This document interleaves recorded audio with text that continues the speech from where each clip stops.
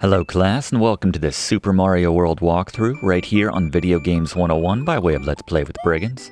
I'm your instructor, Professor Briggins, and Super Mario World is bar none one of the best 2D platformers of all time. And with that in mind, we've put together one of our best classes of all time. Blaze and Gary have the items and boss guides, respectively, and I said this in our class on Super Metroid that Fluff had a record number of facts about that game. Well, he's almost doubled that number today with a ton of interesting facts about Super Mario World, Yoshi, the Koopas, and more. But before we go any further, let's talk difficulty of this game. On the one hand, there's a lot of stretches of very tricky platforming in this game, particularly if you want to explore every stage like we're going to. On the other hand, lives are plentiful, as we'll show, and save opportunities come regularly. With all that in mind, I'm going to give Super Mario World the just right difficulty of a 5 out of 10. On the frustration scale, this equates to throwing your controller across the room, probably on some of those later stages, but don't worry, we've got all the tips to get you through this game, the 100% completion, as it were, for this game. But before we get into the walkthrough, I mentioned this is going to be one of our best classes yet, and that just wouldn't be the case without a great guest. And since Mario won't take our calls anymore after our class on Super Mario Bros. 3, we've lined up another special guest for such a seminal game, Mario's co-star here in Super Mario World, Yoshi Koopas. Although you might know him by another name. It's Yoshi, everybody. Thanks for being here, Yoshi. So I just mentioned it, but what do you prefer to go by? Yoshi Koopas or Yoshi? Yoshi! I figured. So this is your second appearance on Video Games 101 after you stopped by for our class on Yoshi's Cookie for the NES. By the way, I again apologize on Fluff's behalf for his mistranslation back then. That cat's got a vendetta against Mario, and that was the wrong place to... Well, suffice to say, it was very unprofessional, so I'm sorry again, but incidentally, I've brushed up on my Yoshi a bit since then, so maybe you could tell us what it was like working on this, your debut both on the SNES or otherwise. Yoshi! Yoshi! He said it was fun, everybody. Well, Yoshi, this is a bit of a long game, so we're going to get into the Super Mario World walkthrough now, if you don't mind. So, thank you so much for being here. Yoshi! Oh, what's that? You want to sing us a little song? Yoshi! Okay, yeah, please. That'd be great.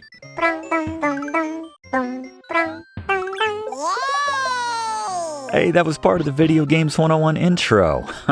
That was really great. Thank you, Yoshi. Well, we're not going to top that, so yeah, let's run that intro and get into the Super Mario World walkthrough right here on Video Games 101.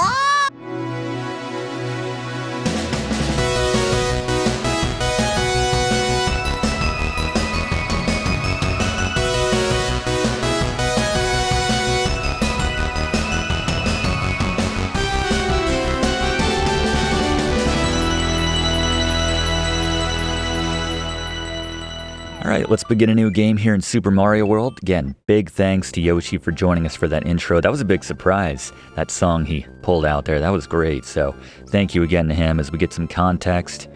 Once again, updating the trope list as our ultimate goal is to rescue Princess Toadstool. Seriously, we gotta lock her up, or not in like a weird way, but just... I feel like it happens a lot as we take a look at the controls for Super Mario World. You can see Y and B are the main buttons of concern, allowing us to run and jump respectively, and a lot of other commands tied to those. But yeah, it's all right there for the most part. You can do spin jumps with A, and X is doing the same controls as Y.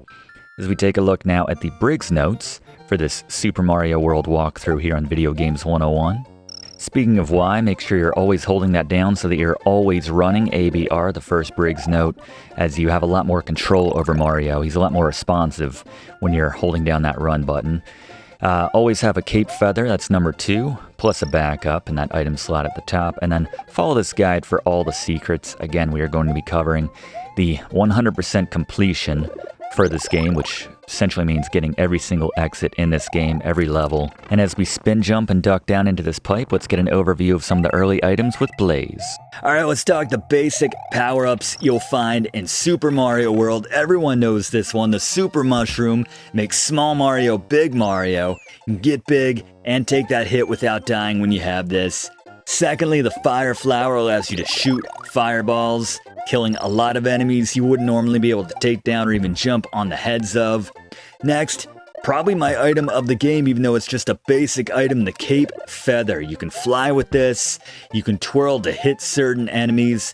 I love the ability to float down when you're holding that jump button with this Cape Feather when you have it. Always good to have one of these, hence the Briggs notes mentioning it. And then the Superstar grants you 16 seconds of invincibility. Thank you, Blaze. At the end of every stage, you'll find a giant gate. The higher up you hit the tape, the more stars you'll earn. You can actually earn 50 and 3 extra lives if you hit it at the very top. It's very difficult, but once you get 100 red stars, you'll get to play a minigame, which we'll cover a little bit later. I want to mention on that first stage, if you have a Cape Feather and you fly above the checkpoint, you'll find some clouds where you can grab yourself a moon, which, not to step on Blaze's toes, but earns you 3 extra lives, so just wanted to mention that. And we're going to go into the first of the Switch Palaces here. Hit that P switch and just clean up. Fluff's going to talk about this a little bit later, but once you get Yoshi, there's a trick where you can reuse P switches, and then in this room, that would be the way to get every single one of the coins, but he'll talk about that in a bit. But then move on through the pipe into this next room, hit the giant yellow switch, and now all of the blank traced out yellow switches are filled in with actual yellow switches. This will be useful as we progress through the game to give us both platforms to stand on, as Mario just kind of tosses them out indiscriminately. Maybe the palace sends them out, but go ahead and save your progress there. Sometimes it'll also be power-ups we can hit and, get mushrooms and whatnot. Early in the stage, you can pick up a shell if you hold Y and you don't melt it. Hit 8 enemies in a row with it, you get yourself an extra life. And hit this block right here, and here's Yoshi. Kidnapped on stage 2. It's the effort that counts, right? And plenty of things Yoshi can eat on this stage. Blaze? Alright, let's talk the berries, and then we tagged on the wings as well. More things for Yoshi here. The red berry, eat 10 of these to get a super mushroom. 2 pink berries earns you a coin cloud, or creates a coin cloud. If you get all 10 coins the cloud leaves, this will get you a 1-up mushroom. Then we have the green berry, only available in one particular level, the last level actually, the last special hidden level, Funky. Adds 20 seconds onto your timer. And then the wings allows Yoshi to fly and turns him into a blue Yoshi when it is finished. Thank you, Blaze. Also takes you to a special coin heaven area and clears the level for you. It's fun riding the Yoshi. Just tap that Y button to eat a number of enemies in this game. Can't eat all the enemies. There's our mushroom for eating 10 of those red berries. Duck into this right here, and you can see if you jump off of Yoshi by hitting that A button, and like to jump at the very peak too, kind of dismount as we're in the air with the jump right there. You can grab a 1-up from that one particular block. The rest are all just coins, so I'm gonna leave those. Hit this B switch to get a little ramp, and again, the best we can get is a 50 if we hit it at the very top. And at the very, very top, we'll get a 3 1-up bonus right there. But yeah, forgive me if I ever say anything but 50 being the max, and that 3 1-up bonus as well. But there you go. Plenty of opportunities to earn extra lives in this game. And mention Yoshi can eat a lot of things. He can eat shells, and different shells have different effects on Yoshi. Blaze? Alright, let's talk the different colored shells and their effects on Yoshi when he swallows them, or has one in his mouth, better said. He will swallow them eventually, so it's important to look for that swallowing animation from Yoshi in case you're relying on the ability you're getting from that particular shell in that moment. So first, the green shell, just have this in the mouth, spit it out as a projectile. Nothing fancy. The red shell allows you to shoot out fireballs that one time. The blue shell, Very, very useful one. Probably the best shell for Yoshi. This allows you to fly while it's in his mouth. Just again, when he's starting to do that swallow animation, just know that you're about to go down very quickly to the bottom of the screen. So make sure you have some solid ground beneath you when he's got that blue shell. You can always spit it out and then pick it back up again if you have a wall. And lastly, the yellow shell allows you to stomp and kill nearby enemies when you touch down on the ground. Thank you, Blaze. I want to mention that green block with the star on it. If we had collected 30 coins before getting to that, we would have gotten a 1-up out of that. But there's a hidden 1-up early on here in Yoshi's Island 4. Jump off of that block and dismount off of Yoshi to get up here, run to the left, and then back to the right, and you'll trigger a mushroom, and there it drops. You gotta be quick, otherwise it'll drop into the water, but there it is. So we duck down into this pipe right here, and we run into our first Pokey. If you have a Yoshi and you get right up in front of the Pokey when you eat, you can see you can get multiple segments at once. You can even eat the entire thing, but you have to get very dangerously close. See if we can do it here. We'll jump, and there we go. Yeah, something about the physics just kind of glitches out, so we get all the segments at once.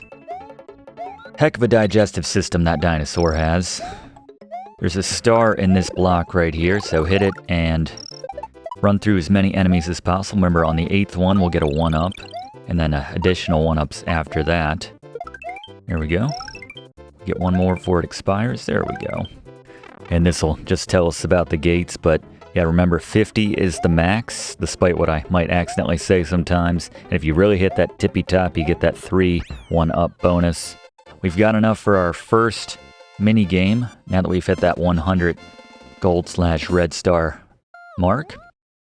And the best way to do this is just get into a rhythm. I've found kind of hit it on the back side. Once you have the one that you want, you can see you can generally get the one that you want. In this case, stars. We'll get an extra life for every successful 3 in a row that we get, with a max opportunity of 8 as we're getting right here. As we're collecting, let's get our first Fluff fact about Super Mario World with Fluff. Super Mario World, also known as Super Mario World Super Mario Bros. 4 in Japan, is a 1990 platformer from Nintendo. As with virtually every Japanese Super Mario entry to that point, Super Mario series creator Shigeru Miyamoto and longtime collaborator and co-designer Takashi Tezuka oversaw the development of the first Super Mario title for the then brand new Super Nintendo Entertainment System. Designed to make the most of the Super Nintendo's capabilities and superior features over the Nintendo Entertainment System, this game feels very much like an expanded version of the NES's Super Mario Bros. 3, which is a pretty good premise for a game if you ask me.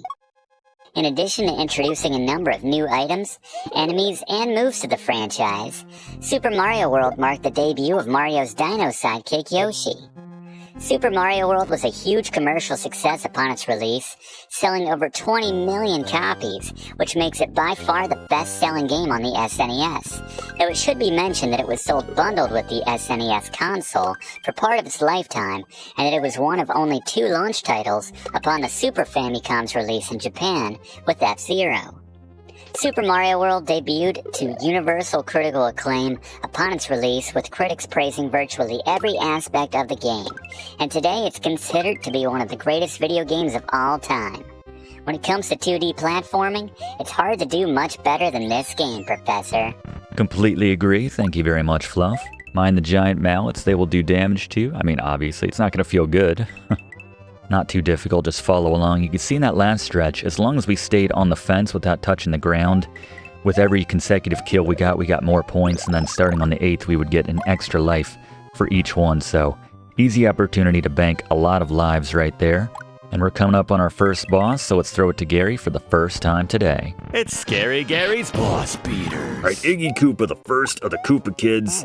Not difficult in the least. Jump over his fireballs, and you can usually get 2, 3, or even 4 hits in before he gets another shot off. You want to jump on his head or shoot fire at him to send him flying back on the side of the seesaw that's lower. Be patient, don't rush it. If he's on the higher side of the seesaw, you just gotta wait till it goes back down again so you can knock him in the lava. You'll take him down. Thank you, Gary. And now with some context, On Iggy's name, here's Fluff. Almost every single one of the Koopa Kids in the Western version of the Mario games is named after a pop culture or historically famous figure, beginning with Iggy Koopa, who is named after the famous musician Iggy Pop. Often referred to as the godfather of punk, Iggy Pop was the vocalist for the seminal proto-punk band The Stooges. Iggy Koopa is actually the first of more than half of the Koopa Kids who are named after musicians, and typically rock-leaning musicians at that. Thank you, Fluff. We're going to bring him back in a little bit later to cover where those names came from, a bit more and large, but jump on the backs of these Super Koopas that have their red and yellow alternating capes to make a cape feather appear. Let's bank an extra one here for our, well, don't make the mistake of doing a cape twirl like I just did, but we have our first of another type of minigame coming up in this pipe now, so let's get a little hack for it with Fluff. If you want to completely suck the sense of chance, not to mention fun, out of this minigame for the sake of 5 extra lives, use a cape spin with a shallow jump on the left-hand side of each box as you work left to right to guarantee they always come up as a green circle. While I personally have no problems cheating at this minigame, there are far better, by which I mean far faster ways to earn 1-ups, as we'll cover moving forward. Yes, there certainly are, and yes, we certainly will, thank you, Fluff. You can see it's pretty reliable, and then the second you try going away from that, doesn't work on the right side, doesn't work at the top, so let's duck down in this pipe now. And this is a good chance to get some experience with the cape feather, so holding Y to run at full speed, and then jumping, holding that B button, launches you into the air when you're at full speed for flight, and then just tap left on the D-pad when you start to come back down, when you dip, to get that pull back up again, and just get into a nice rhythm. But yeah, nice little stretch where you can grab some coins and figure out the mechanic right there, but going back to that Briggs note, having the cape feather and the backup, this game's just so much easier when you can float down just by holding that B button, holding Y and B so you can quickly float left and right, and staggering that drop speed. As you can see, we have a hidden vine right there in that block. Grab a dragon coin. We'll have Blaze come back in and talk about some of the other items in a little bit, but you can use the cape spin on those charge and chucks. You can use Yoshi to swallow up the volcano lotus plants there. I guess those were pitching chucks, technically. Get a 1-up from those dragon coins. We don't have the block for the green switch yet, so the green blocks have not been revealed. We can still get to that, though. This is the first stage in this game which has 2 exits. Let's try to get the 40 right here, hit it at the top. There we go. Yeah, the 2 different exits. A lot of stages, you'll see if they are marked with a red dot instead of a gold dot on the map, like this first Donut Plains stage was right here, and this next one in Donut Plains 2. If it's red, that indicates that there is a secret exit. So, in the interest of revealing every single exit in this game, or hitting every single exit, which is part of that completion for this game, we're going to re-enter this stage, and once you've already played through it, do one of my favorite things in this game, which is just flying over entire levels, beating them within seconds just by using the cape feather and maintaining a nice rhythm right here, flying above all the obstacles. And here is our first secret exit here in Super Mario World. Put that key in the hole, and we have our first water level here. And a tip for the water levels, here's Fluff.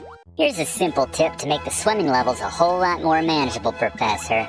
Hold down while swimming to minimize your propulsion up, which allows you to keep a steady line, making it ideal for swimming just above the bottom of the screen, or threading through tight windows where you have enemies simultaneously above and below you.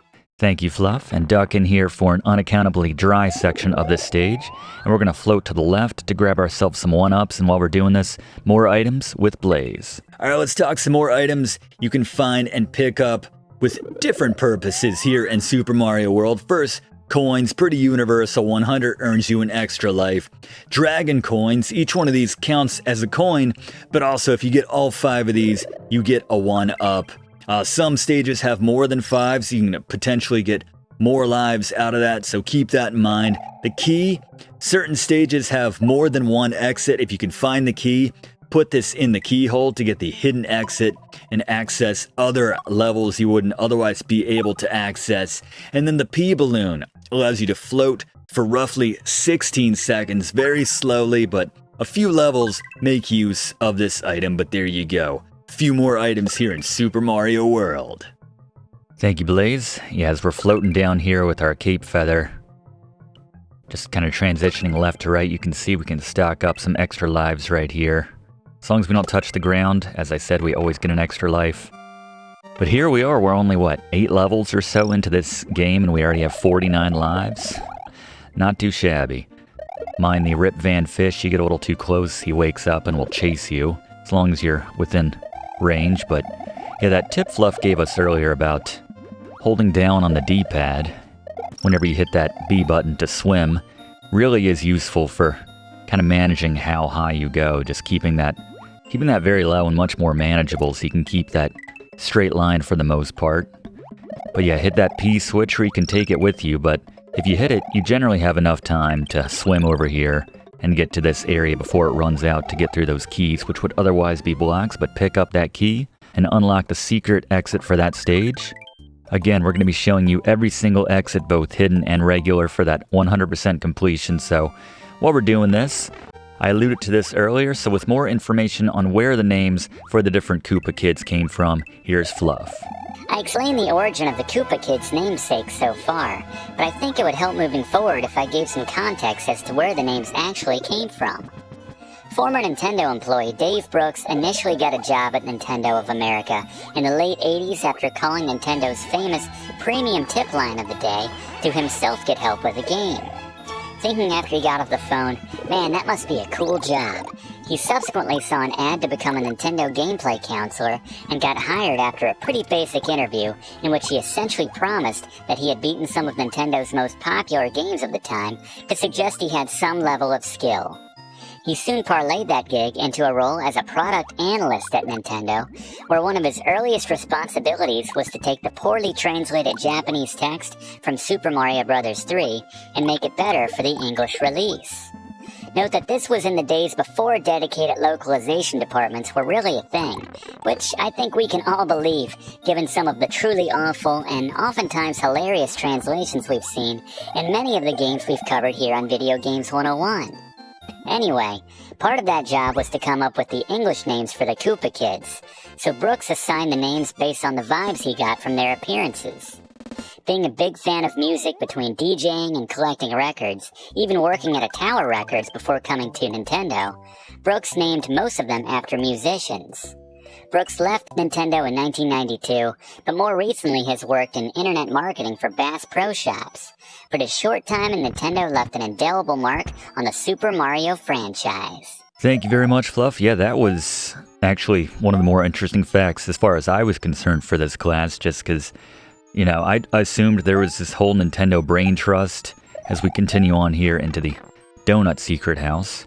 There's a couple different exits for this one as well, we'll show you, but yeah, I assumed there were multiple Nintendo employees all getting together, debating this, coming up with, the best names and everything, and it was a much larger affair than it was. But no, it's just a guy who initially signed on with Nintendo as basically like a gameplay counselor, sort of an early version of what we're doing here on Video Games 101, and got promoted. Hit that P switch right there after you take out some of these coins to get the conventional exit right here. Even though it seems hidden, this is not the actual hidden exit, but still needed to do it regardless. Another mini game here, but yeah, just one guy got promoted, and amongst whatever other work they dumped on his desk, they just said, "Hey Dave, we want you to come up with names for all of the Koopa Kids, all these bosses in Super Mario Bros. 3. Just said, Iggy Pop, sure, go ahead, Iggy, that's a cool name. And it is a cool name. Under the Umbrella Tree fans, anyone? I don't know if anyone remembers that show. But I digress. Let's head back into the Donut Secret House. By the way, Dave Brooks spells his name very unconventionally, D-A-Y-V-V, so probably better said Dave V. Brooks. It's probably what he's going for, but just want to point out, before we get any letters, we're going to be pronouncing it Dave Brooks throughout the course of this class for any subsequent mentions, but just know that we know. It's probably Dave E. Brooks, but let's just mention that. So the secret exit for the donut secret house here, we actually need to hit the P switch all the way out on the left side of the stage. And if you go through the door, you don't have to worry about the coins this time, right there on the conventional exit. But hit this P switch. If you go through that left door, it just loops.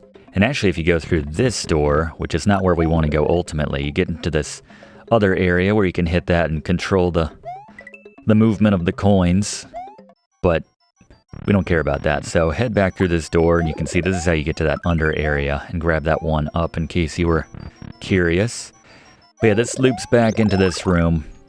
So the actual way to go here to get to the proper secret exit, which will actually require us fighting another boss. So we need that platform again via that P switch. We need to be quite quick here. If you want to bring it over to the right before you hit it, give yourself a little extra time. But basically we want to hit this block for a vine to climb, and then before the P switch and this door disappears, pop in here and Big Boo. Gary? Boss beaters. All right, the Big Boo. Pretty straightforward. Grab one of the blocks on the ground. Be careful you don't grab too many so you fall to your death, but grab one. But you want to stay on the side, facing to the middle so that the smaller boos don't come after you. And then only move and go after Big Boo when he materializes, and you can launch that up. But 3 blocks takes him down. Good luck. Yeah, you want to be efficient enough with those blue blocks that you're not pulling so many away from the floor that you start creating gaps for yourself. You don't want to get to the point where you're having to pull from that bottom section of the floor, as sometimes you can accidentally pick up the one that you're standing on and then just drop down to your death. So if you pop through here, we have Donut Secret 2, so we're just going to knock this out before we continue on with the remainder of Donut Plains. So in this stage, we have one of the few instances in this game where we can get consecutive superstars if we're fast enough. So to do this, hit this spring and climb the vine, and there's a superstar in this block. As soon as we grab it, we want to run to the right as quickly as possible, avoiding walls and anything which might slow us down. You can grab the dragon coins if you're precise, if you follow this exact track right here. Careful with your jumps right here. And then if you get to it in time, you just have to still have the star when you hit this block to make this one appear. You don't have to still have it when you grab it. But depending on how many enemies you hit while you have that superstar over the course of that kind of consecutive kill count that it creates, you can get at least 10 extra lives, if not more right there. So 68 lives for our current game overall, looking pretty good. And we're going to go back here, but just to show you where this leads. The Donut Secret 2, this leads you to Donut Plains, bit of a shortcut. Donut Plains 3, but again, we're going to try to go in order. So we're going to backtrack all the way back, seems like a lifetime ago now, to Donut Plains 2, which, as you can see from the red dot, signifies that there are 2 different exits on this stage, the normal and the hidden. And because we activated that yellow switch, pals, we can get this mushroom here. Not that we necessarily want it. In fact, I think it's going to be difficult to avoid as the ceiling gets a little tight right there. That's all right. And the fire flowers in this game, similar, I would say, to Mario 3, are overrated. Can't think of too many instances where a fire flower really helps you out in this game. It's just like in Super Mario 3, definitely playing second fiddle to the... Well, in that game it was the super leaf, but here, the cape feather. Much, much more useful. Don't have to worry about being crushed into the ceiling really anywhere here, just sometimes they try to squeeze you in these tight quarters so that the little bats can get a hit in on you. To get the secret exit, we're going to go through this pipe. And you don't need any special items for this. You just need to do a spin jump right through this. Be very careful not to hit the shell in here, but once you have it, jump and launch it up by holding up when you let go of that Y button right there. Kind of kick it up into the air and climb the vine, and there's your secret exit for Donut Plains 2. And this is how we access the Green Switch Palace. So before we beat Donut Plains 2 the conventional way, let's pop in here. If you do this just right... Nah, well, he's not supposed to grab it. We still kind of keep up and get an extra life out of that. There we go. Could have gotten a couple extra ones had that Koopa not picked up that shell, but that's alright. We're not really hurting for lives as we've reached 69. We do max out at 99, so 30 to go in that regard, but we hit the green switch block now, so all the green traced blocks, which didn't exist before, are now populating across Dinosaur Land. And as we head back to Donut Plains 2 to beat it the conventional way, let's get those last items with Blaze. Alright, the last few items to cover here in Super Mario World, we have two different P-switches. The conventional blue, which turns objects into coins, and vice versa. The gray P-switch, which turns enemies into gray coins. Get 7 of these, you get a 1-up. 8, you get another one. 9, and so on. And then we have the 1-up mushroom, and then the very rare, I love it just for this game, the 3-up moon introduced for this one. Look out for that. Lives won't be a problem in this game if you follow this guide, but there you go. The items, the final items here in Super Mario World. Good call, Blaze. Yeah, we're not hurting for lives in the least. Only problem with these auto-scrolling stages is we now have this green block right here, so we get ourselves an extra cape feather if we didn't have one. Yeah, they move awful slow. I don't like when we have to replay a level, but we're not in charge of the speed of pacing the stage, but that's alright. There's worse problems in the world. Suffice to say. Yeah, so this time we're just gonna carry on. And there's a little stretch here where the ceiling's gonna come down. There's a cape feather in here if you already have one.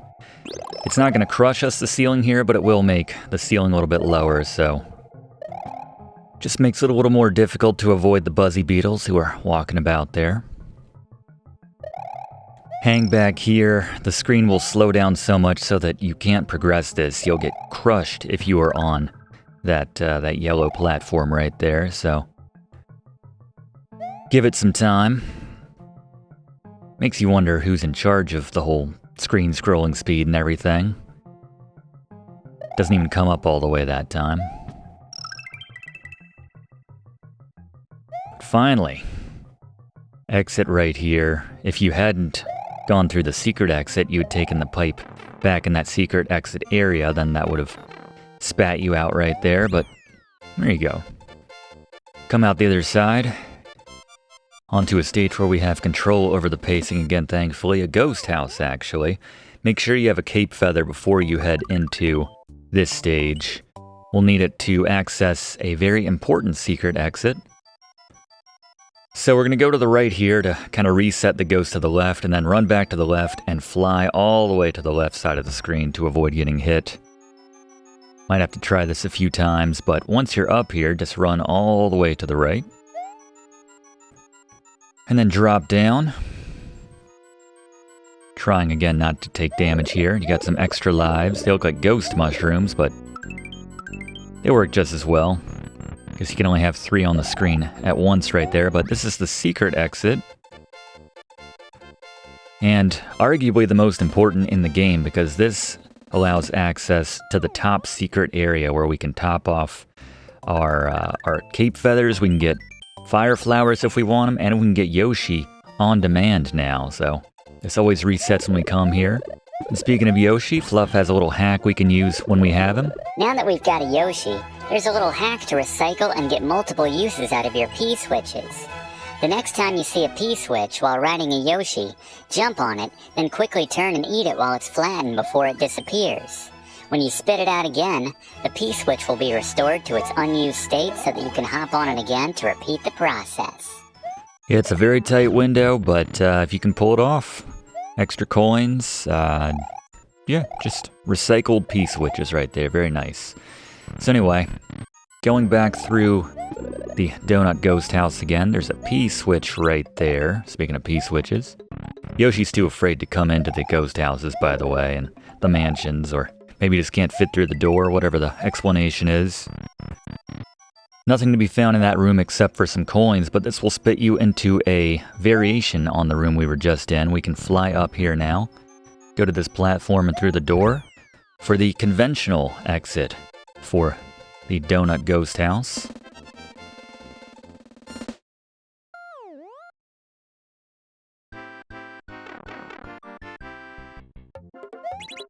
Another chance at some one-ups. Don't really care at this point. As I said, we've got some fantastic hacks coming up for grabbing even more extra lives, so why spoil it here in these mini-games? I'd skip them if I could. As we move on now to Donut Plains 3, I always get prompted to save after a fortress level or a ghost house, or a switch palace as well. Anytime you have a level where you have platforms, you have lots of pits, like this stage right here, this is where the cape feather really pays off.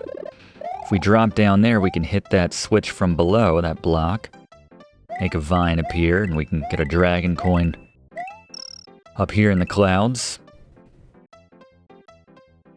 If we hit this information block right here, you'll see that it's reminding us, as we covered in the controls, if you hold L and R, you can kind of get more of the screen to the right or left, whichever you prefer.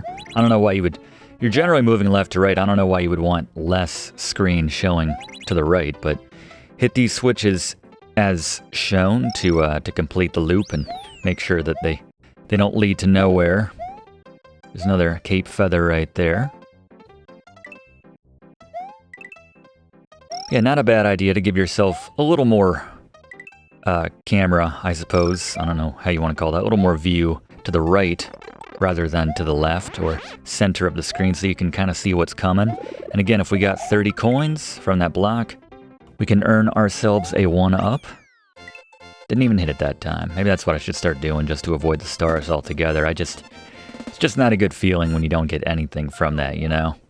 Even though it's gonna needlessly pad the Super Mario World walkthrough. Probably an extra minute and a half when all is said and done. Good idea to stop in here, top off your feathers at this point. Get yourself a Yoshi if you do not already have one. Again, the 2 blocks to the left are your fire flowers. If you come in with nothing, you might want to hit those first to get yourself a mushroom so that feathers will appear on those right 2 blocks.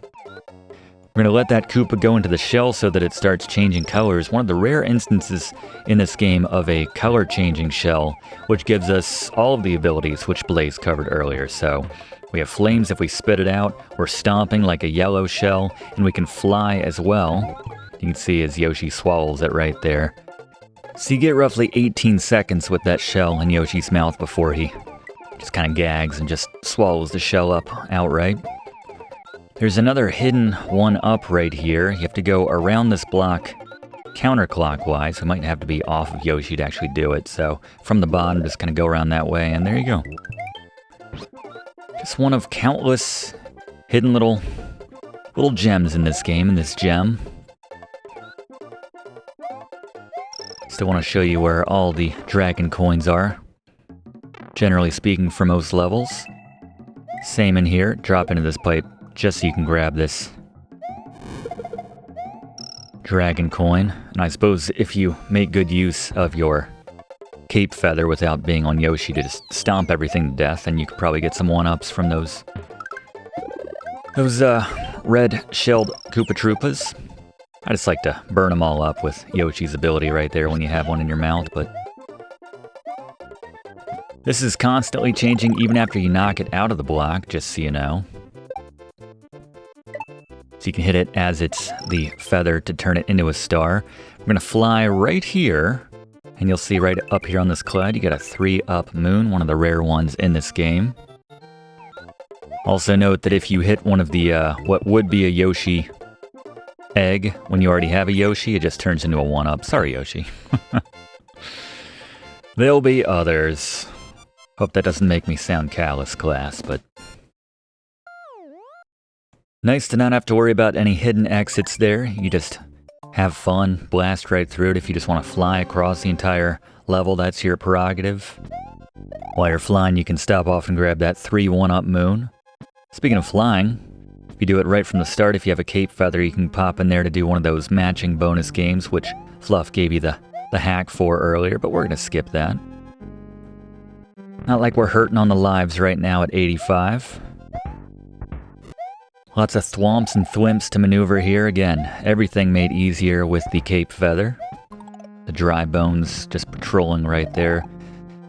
No problem for us. We have one of the rare instances of a vertical scroll right here. Super Mario Bros. 2 style. At least the international version, the Doki Doki Panic, which we also did a class on here on Video Games 101. Careful not to get crushed by the blocks there as you're trying to grab, or the wall while you're trying to grab that block. Or right there, almost lost our first life actually. Should take my own advice. You can use the spring right here to grab some coins on the right side. But, yeah, there's no extra lives or anything there, so we're just going to keep going on to the left. You know, we'd show you if there were an extra life. Not right there. There is one coming up, however. Hit that second from the right block right there from below. And you'll see a one-off dry bones kind of patrolling this area. Grab yourself a hidden extra life with that hidden block right there and just keep climbing here. There's another hidden one-up over here on the in the right corner. Kind of jump, there it is. Just like that. Sort of like that.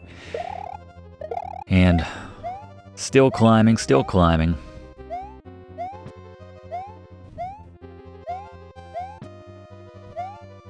Got some spikes here. Thankfully that doesn't count as a crush when you just stand upright in that spot.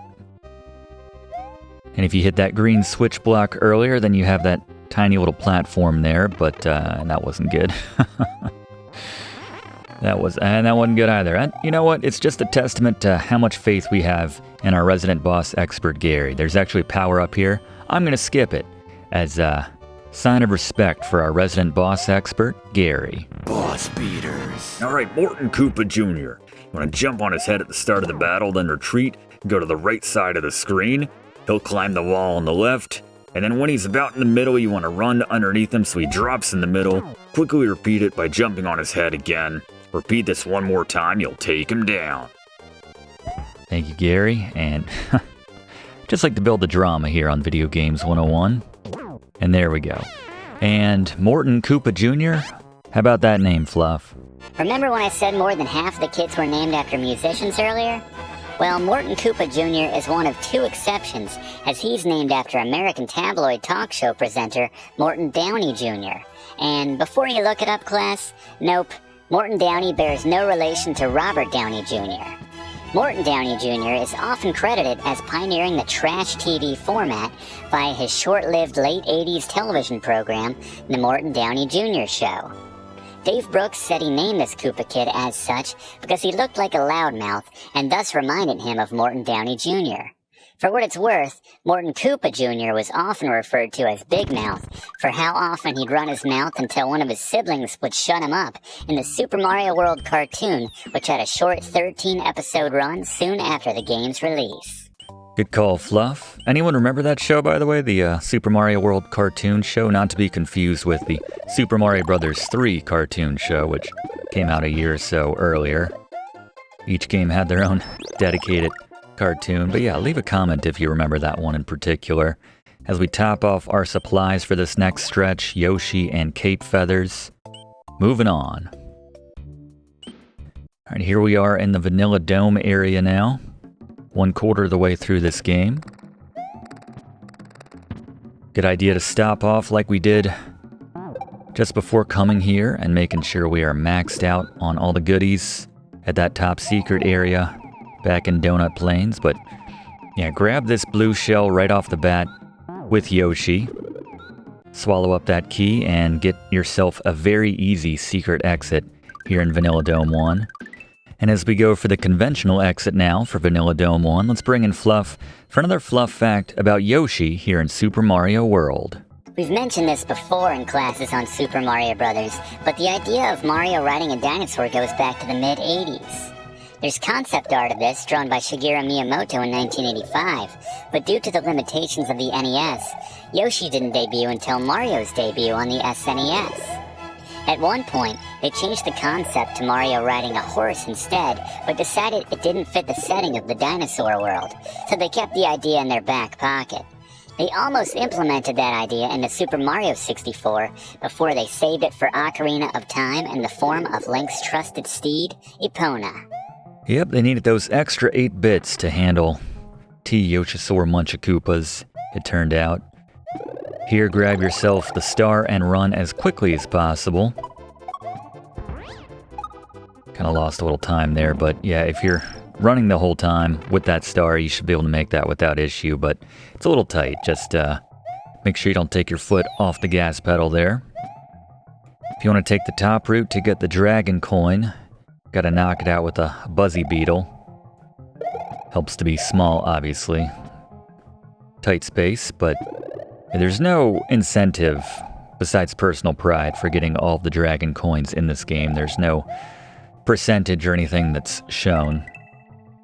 There's another one right there, which is why we're not going out of our way to collect them. We're just most of the time showing you where they are. But for the most part, yeah, the only thing we really care about is getting all of those secret exits, which we talked about. That's the one that actually shows up at the end, so. And there was that last coin. Take that blue shell to the end with you, and you can turn that into a 1-up right there. So we are 10 away from the max right now. So the map kind of splits a little bit here. You can go to the right and go to the castle. We're going to come back here a little bit later. Right now we're going to work our way up to Vanilla Secret 1 and outside this way. We'll cover all the levels, but yeah, just to knock out all the vanilla named levels all before we get to that castle at the end here. So maybe a little bit out of order, but just wanted to mention that.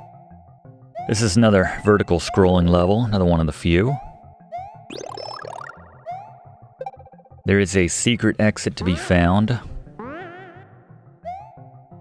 Having a cape feather here definitely helps for getting around, as you will see. See, there's dragon coins kind of spread all over this area. Nothing too hidden for the most part.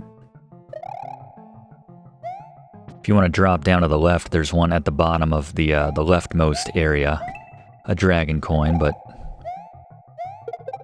for the secret exit, we're going to use our cape feather right on this little platform right here. We have just enough runway to get up to a running start, and then fly to the top left, and right there. This takes us to a little mini area where we have a football chuck kicking the ball about. Not much of a defense system, not much of a deterrent. Just go to the giant gate right there for the secret exit. And this takes us to Star Road, which, again, we're going to put off until the end of the game. Do that right before we take on Bowser, knock out all the regular levels before we get to the hidden stuff here in Super Mario World. We'll be showing you everything, though, don't worry. Those are some of the most fun levels, actually. The Star Road and beyond, actually. A little sloppy. That's alright. That's why we always have a backup right there. Or generally have a backup. So here we just need to thread this needle right there. Tight little window, but you can make it work. And just continue climbing. There's the remaining 2 dragon coins on that side if you're going for all 5.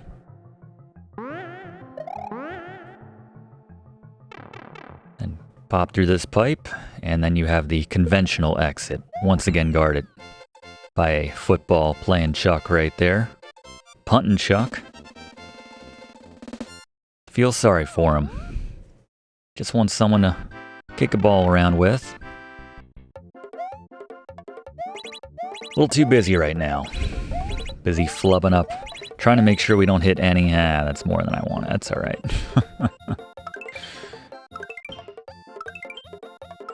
$93. Alright, so this will continue on the normal path right here to the pipe, and this will take us outside to Vanilla Heights, Vanilla Secret 2. Not much secret about this stage. There's no secret exit. In fact, there's pretty much just a whole lot of Koopa Troopas. Flying Koopa Troopas bouncing around. And actually, so if we swallow one of these up or just pick one up, we can get another flying feather there. Or cape feather. So this is a good place actually to grind extra lives right here. You just keep kind of hovering in the air, holding down both Y and B. You can take advantage of the recent population explosion of Koopa Troopas here and grab yourself a whole bunch of lives. Probably more if we weren't killing them outright. We could have gone back without Yoshi kind of crushing them to death, but yeah, if we just kind of smacked on their heads, they would still be around, so plenty of lives to be had right there.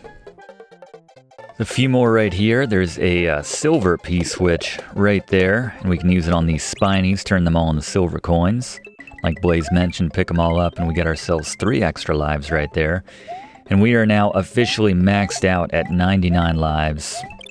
I've been told the best location for using that silver P-switch, swallow it up and take it to right before where those Koopa paratroopas were, and use it there, and there's just so many of them you can average about 30 lives each time, so great place to grind right there. Might do that if we were playing the Game Boy Advance with the 999 cap. Let's move on to Vanilla Secret 3, and again, no secret exit here. And got some dolphins for the first time. And Fluff, how about the dolphins? In the Japanese version, Yoshi can actually eat these dolphins. This was taken out of the international versions, very likely due to the different cultural views towards dolphins. Yeah, I know it's very rare, probably more so today, but there is a part of Japan where they hunt and eat dolphins, whereas in America, we just like to swim with them, or say, look how cute they are when they wear their little goggles. Yep, it's not only illegal to eat dolphins here, it's also pretty dangerous as they're full of mercury, especially relative to a lot of other marine life.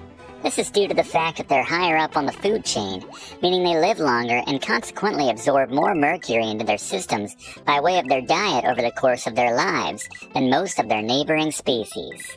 Thank you very much, Fluff, as we got kind of smacked around there during that lesson on marine biology. Kind of pivoted in that direction there, but that's alright. Never know what you might pick up here on Video Games 101 as we get another 40 spot right there. Moving on to one of the more novel stages in this game, Vanilla Fortress. In this case, an underwater fortress. So we're definitely going to be using Fluff's tips on swimming. Remember, just hold down when you hit that swim button with B. Conversely, and we can just walk through here as Small Mario. Finally, incentive for our sucking in that last stage. Yeah, conversely, when you're trying to go up, hold up on that button as well. Just kind of the effect of transitioning between holding up or holding down to move around the water a little more efficiently. That's the key to surviving these stages.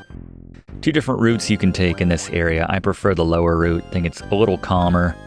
Don't have to worry about the revolving spiked chains quite as often, at least. And we have another boss coming up here that we have not yet seen yet, so let's throw it back to Gary for tips on this one. Boss beaters. Alright, for Reznor, you want to run and duck and slide if you're big. If you're small, you just run underneath and bop that platform underneath to knock off that first Reznor. But repeat this process while you're avoiding the fire for the next 2. And then that last one, you want to quickly jump as that one's coming around clockwise. Get underneath that platform, underneath him, just in time so you can get that jump off before he goes around to the basically the noon o'clock position, if you know what I'm trying to say, just like we do in the video here. Not too difficult if you follow this strategy. Thank you, Gary. Yeah, we're going to backtrack now Not just a Vanilla Dome, but back to the top secret area and make sure we're topped off before we carry on here in Vanilla Dome. And Fluff, why does Reznor sound so familiar? Dave Brooks strikes again. While most of the Koopas were named after well-established at-the-time celebrities in the arts for Western markets, Reznor is the odd dino out, as he's named after rocker Trent Reznor, who had just made his pop culture debut 1 year ahead of Super Mario World's release in 1989, with his musical project 9 Inch Nails' debut record. Thankfully, and luckily, they chose a musician who is still very popular and relevant today, rather than, say, a Midge Eeyore. Ouch. Apologies to all the Midge Eeyore fans out there, class, but carrying on. Yeah, I thought that was interesting. You know, it's one of those things you're like, well, I mean, has Trent Reznor been around that long? But there you go. Davy Brooks strikes again indeed. As you can see here in Vanilla Dome 2, there are a lot of blocked off areas. And if you're guessing, there's probably going to be a P-switch at some point. You would be right, class. Very perceptive. We can unlock some areas, and there is a secret exit for this stage as well, so a lot to be covered here. We're going to grab this just so we can cross over, and if you go to the left, here is a P-switch, and we'll need it to open up this barricade, and then drop down this second opening. While those blocks are temporarily turned into coins via the P-switch, grab the key. And I don't know if we mentioned this yet, but it's obvious. When you're holding on to something underwater, it makes you go a lot faster. Just don't always have the control. So whether it's a shell, a key, a block, allows you to cut through that water a little bit faster, just not with the precise controls that you would normally have. So just something to keep in mind. Watch out for the shiny Koopa right there, as we did not. But it will take out these enemies for you and get you a 1-up or 2. Just be careful when you're popping into this pipe here. Don't get hit by it. And hit the giant red switch right there to populate all of the red blocks. I like that shade of red, by the way. Blue is the only one we're missing at this point. That'll be coming up in a couple worlds from now, a couple mini lands. As we populate the world with these red blocks. And then head back into Vanilla Dome 2 to beat this the conventional way so we can carry on. Have to be a little careful now in our game because playing a little fast and loose. Get ourselves a mushroom here, a super mushroom to give ourselves a little breathing room. More importantly, a little confidence which comes with knowing that you have that extra hit you can take before you die in so many games. It's a world of difference, isn't it, class, when you're playing with a full bar of health versus, you know, one more hit and you're dead. It's you tighten up so much. Can't help it as we try to get another power up there. Yeah, just kept coming out of the water there. Didn't want to draw attention to it like being in the middle of a no-hitter, but trying to keep this no-death run intact as long as we possibly can. Doesn't really get hard until those, the second half, certainly at the earliest. Watch out for the charging chucks there, just wondering what happened. Why they weren't programmed to be able to swim. You can see a P-switch behind that line of blocks right there. You could only get that in the checkpoint for this stage if you take that top route, like we did the first time, and gone to the right instead. But we're not too concerned about it. Just wanted to point out, though, that that's up there. Just cut through here for what it's worth. Just a change of scenery. As the splitting. It's multiplicity right here. Michael Keaton, anyone? Anyone see that movie? I like to throw out the occasional, just random 90s reference. A lot of films that, unless you grew up in the 90s, you probably don't know. Like we mentioned before, just, I don't remember which movie we were referencing exactly, but it's so many movies. Are we gonna get another one? There we go. 8 lives right there. Yeah, so many movies that just, you wouldn't know unless you grew up in that decade because they're just not worth mentioning. They're not worth remembering otherwise. They don't show them on TV all that often because they're not that great. They get sifted and sorted out, filtered out in favor of the good movies which came out in that decade. But I digress, Fluff. I'm told you have a fact about the boos. Here's a fun fact for the impatient members of our class. If you stare at a boo for roughly 13 seconds, the boo will make a face back at you. Even better, stare at a big boo for roughly 25 seconds and he'll peek out from behind his hands. I like to think it's the boo's way of saying, we're all just having fun here, Professor. We are just having fun. Thank you very much, Fluff. Mind the big boos, don't corner yourself right there. There is... He's kind of... Yeah, he's right by it. There is a vine to be found right there. If you hit that one particular block, grab yourself a dragon coin. More coins up top, but that's about it. Some coins right here in this block. Continue on into this next area where we have these giant green bubbles, which you can spin jump off of with A. I actually like to get one from the left-hand side of the screen and just kind of ride it to the all the way to the end. Generally giving me the height I need to rise above the other bubbles in this stretch here. Eventually you'll find some blocks you can hit for a P-switch. Before you go ahead and hit that P-switch, you want to grab it, take it over to the right here, and clear out these coins, as the secret door which will appear will only be accessible if we take out those coins first. And there we go. No secret exit to worry about this time. And we're moving on along to a Vanilla Dome 3 now. Speaking of the impatient members of our class, and honestly, I'm one of them myself, yeah, this level's not going to be to your liking, as we need to ride this slow-moving skull boat platform. Watch out for the blargs. If you hit that one at just the right time, you can give yourself enough time to grab that one up, but not worth dying for. Especially if you're at 99 lives right now like we are here in our particular game. And another one.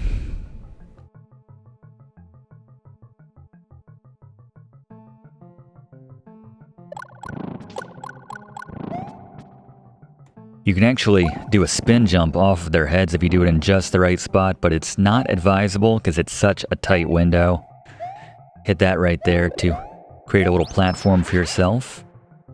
And if you have the... Make sure you actually get enough room to run right there. You can fly to the left here and grab yourself a 3-up moon. One of probably only half a dozen or so in this game, but then you can fly across this way, right across the gap, to find yourself another one of those Match 3 minigames, which Fluff gave you the hack for earlier. We're going to skip that. And reluctantly hop back on our slow-moving boat here. Blarg's not difficult to avoid, especially if you have the ability to stagger your drop with a cape feather, but trigger this little boat, this little platform before you move to the right here so that you can ride across, as that lava is an instant death. We can drop in here. If you're looking for all the dragon coins, one of them is at the end of this little stretch here. Interesting that the ice biome and the lava biomes are so closely connected, just one pipe apart from the looks of it.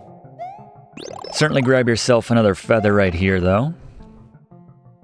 And there's a fast-moving shell right here, courtesy of that Koopa, which kicked it and then cost him its life. If you hit the checkpoint right there, the mini gate, you can become larger Mario right there if you're small Mario, so do that before you grab your power-up, if you have the opportunity. But grab ourselves a Yoshi there. Yoshi can hop off of the blargs as well, as they can with most enemies, but again, tight window, and unless you want to see your Yoshi burn to death via lava, just melt right in front of you with a big old smile on its face to make it seem even worse. Steer clear of that. Another dragon coin right there.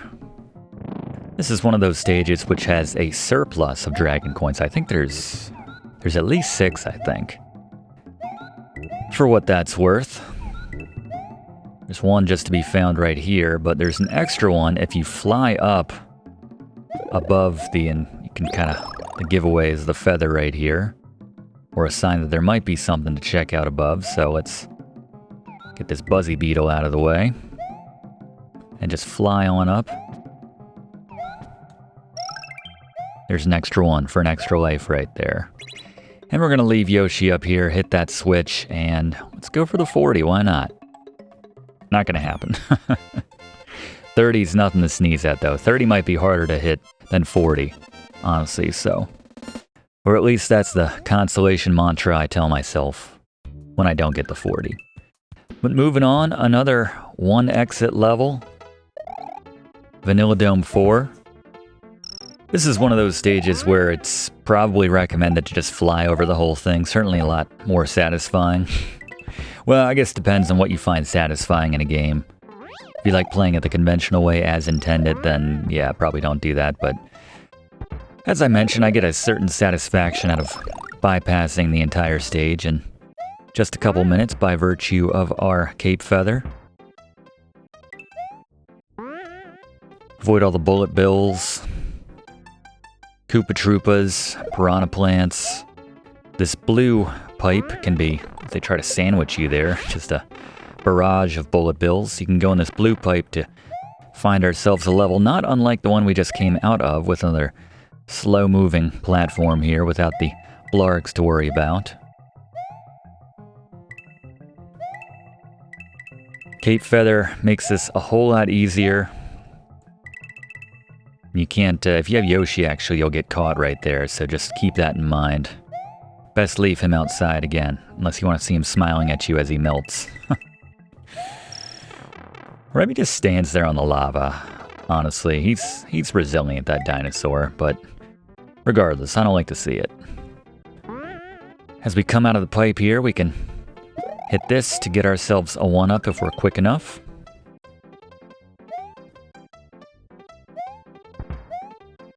Few more bullet bills for good measure. And one more dragon coin for good measure as well. And 30? 28.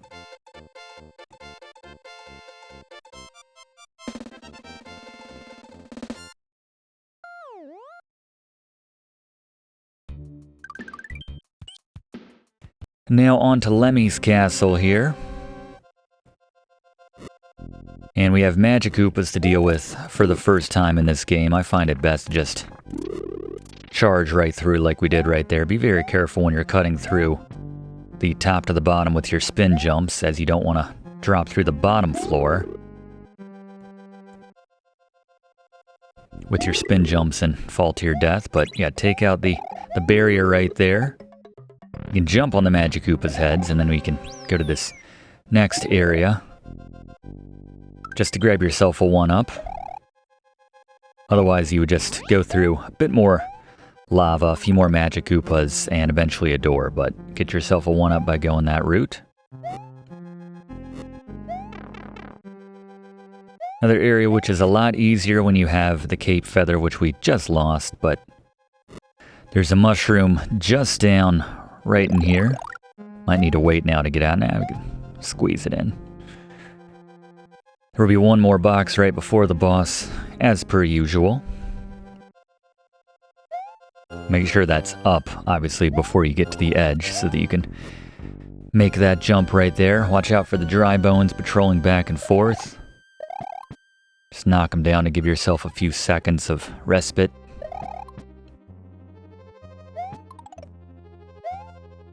And another item and another boss. Scary? Boss beaters. Alright, Lemmy Koopa's got a couple fakes working with him here, a couple dummies.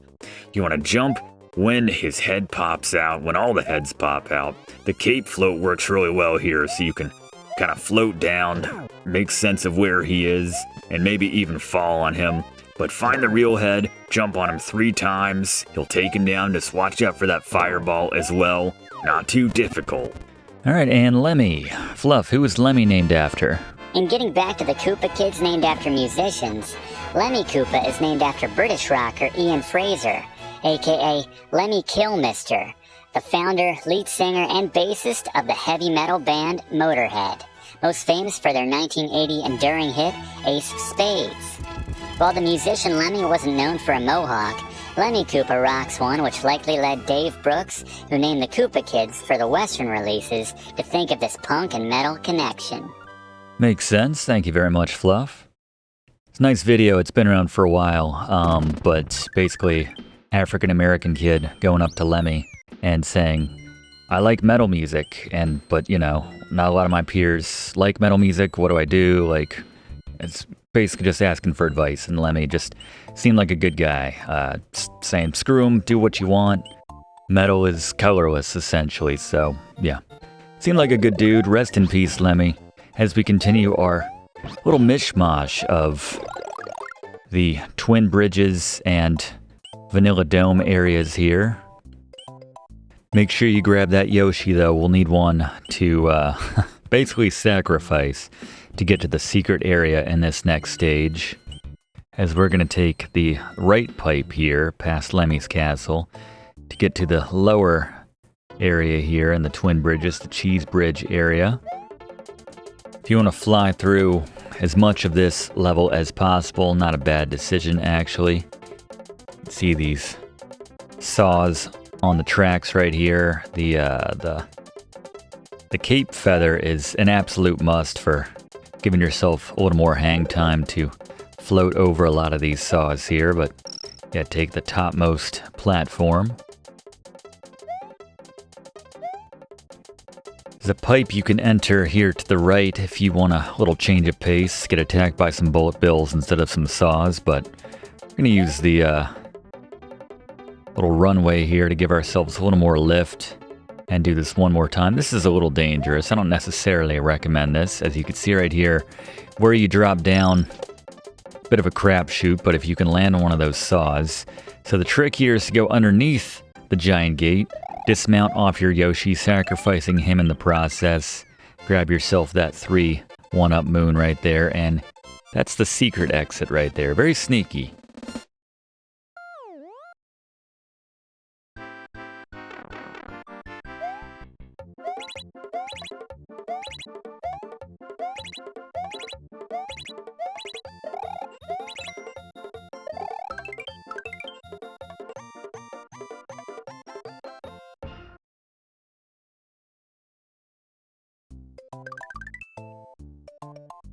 Before we head into Soda Lake, let's do the conventional exit here. Knock them both out, one after another.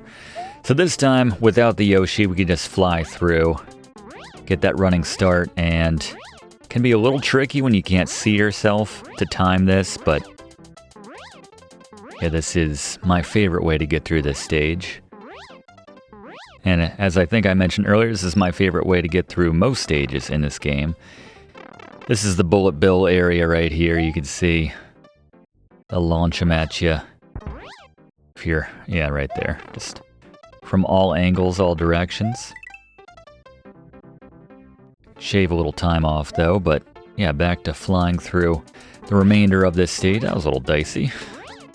A little slicey, maybe better said, with the giant saw, but anyway, easy enough to knock that out, as you can most levels with the cape feather, and certainly after you've already gotten the secret exit, not a bad way to do it. But let's work left to right before we head into the next section and go to Soda Lake now, where we can make use of that swimming technique once again. You can see the amount of propulsion we get going up the lift when we hold up on those strokes. Use the cape spin to deal with the many blurps of Soda Lake. Very handy for using that trick of, again, holding down when you hit the swim button. You can basically swim in a straight line, which is great if you want to swim just above the bottom of the screen, because if you go too low, obviously that counts as basically falling into a pit. That's a loss of a life right there, but see, we can use it right there. Don't have to worry about the rhythm too much when you do it that way. But yeah, very dangerous. Soda Lake. Sounds like a refreshing place, but no, it's a good place to die. Courtesy of all these, they're not bullet bills exactly, but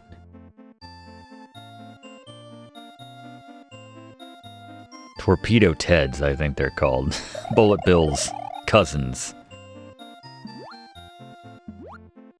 Had a good time with the names. I guess that wasn't Davy in this case, but whoever did it had a good time doing that. Let's see how well we could do with this. Alright, give it one last try before we just say, yeah, I'll screw it. That's fine. We're not going for those anyway. Again, they're just padding out the walkthrough with extra time we don't need. So if you finish Soda Springs, you can head down here and you'll find the entrance to, well, there's another way to get into the Star Road essentially, but again, we're going to put those off till a little bit later and get back to the delicious sounding Cookie Mountain. Stretch always made me hungry as a kid. I think I know why. Like Soda Lake, there is only one exit here at Cookie Mountain.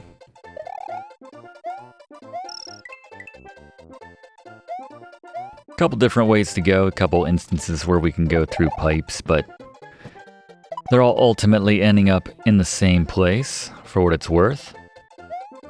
Watch out for the cute little Monty moles. Like to pop out and surprise you. And then that little hop after they come out too, sometimes that can get you off your rhythm. Couple sumo bros up there dropping the fire. Not necessary at all to go into this pipe, but just in the interest of showing you everything here, we'll drop in and we'll use Fluff's swimming technique, holding down as we are doing our strokes here to avoid these poor Koo puffers. And as you come out up top, could obviously just fly up here, but if you didn't have a cape feather right there, you can just use that to pop out and just run to the right to get that one up, and then another one on top of this hill right here. Dragon coin as well if you're collecting those. There's a vine right here to get up to this. You can also get to that platform over on the left to get yourself that one up that way as well. And it's your old pal Yoshi. Hopefully has no hard feelings about sacrificing him back on the cheese bridge just a moment ago. And there we go, got enough of those. And as Blaze mentioned, we now get the coins here. And just eat the power up via Yoshi's tongue right there to get ourselves an extra cape feather. Again, grab every single one of these, all 10 of these, to get ourselves a 1-up. Thank you very much. By the way, we can't get to those red blocks, or green blocks for that matter, down there for what it's worth, but as I understand it, the green blocks, when you can get to them, will always contain a cape feather, the yellow ones always a mushroom, and then the red and blue ones contain nothing for what that's worth. And once again, instead of heading on to the next castle, which I think is now available to us here, Ludwig's castle. Let's confirm that, number 4, midway point.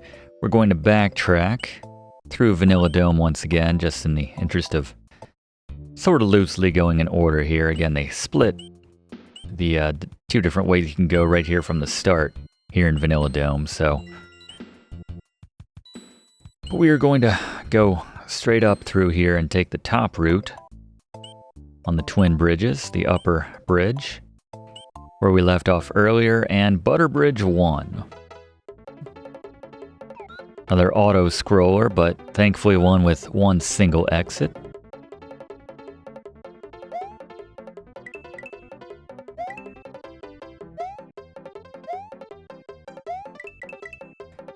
There's actually some tricky platforming here. We may need to sacrifice Yoshi again, that is if we can even hang on to him. You'd see you weight down these mushroom platforms, but as soon as you take pressure off of them, they will pop back up to their normal height.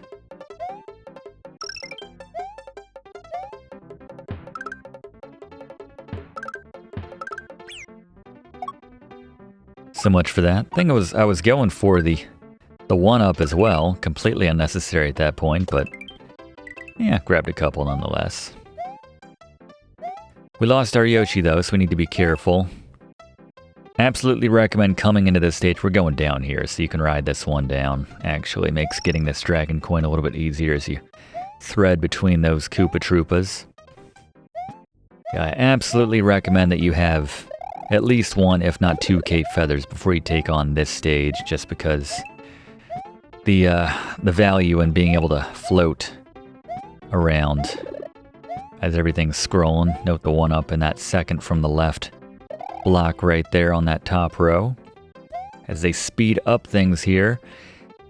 But yes, you don't need to be nearly as precise with your jumps as you grab the final dragon coin there, while you have the ability to float down on this stage. Once again, if you have 30 coins when you hit that, if you've collected that many on that stage, then you'll get yourself a 1-up. But yeah, not too difficult as long as you have the cape feather going into this one, as most levels with pits are. And we have one more in the second butter bridge. Not out of the woods yet. I'd expect butter bridge to be a little more slippery, if you have more opportunities to grab yourself cape feathers from the start here, but hit this and grab yourself yet another cape feather if you need one. Lots of opportunities here. No reason to not have a cape feather here for hovering over parts of this bridge which are in desperate need of repair from the looks of it. You can fly up once you have a little bit of runway and grab yourself the dragon coin right there on that cloud platform. You have the Yoshi at this point. Swallow up one of those blue shells and just fly through the majority of this stage before he swallows it. About 18 seconds later again.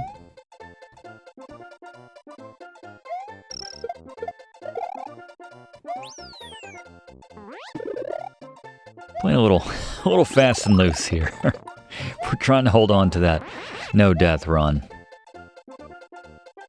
Drop down in here if you want to grab the last dragon coin, or an otherwise inaccessible dragon coin if you skipped this area. No enemies here, just coins, so you can transition between the rope here and the platform at the bottom, and then just hover over to the right.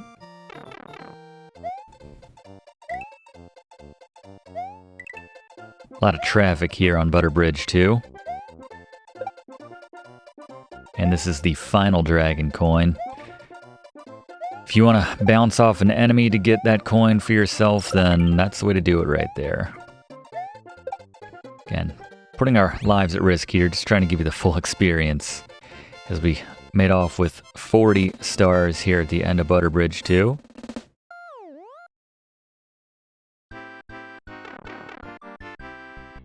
And it's time to take on Ludwig von Koopa. It's a big old mess. Well, I guess we still got 3 out of it.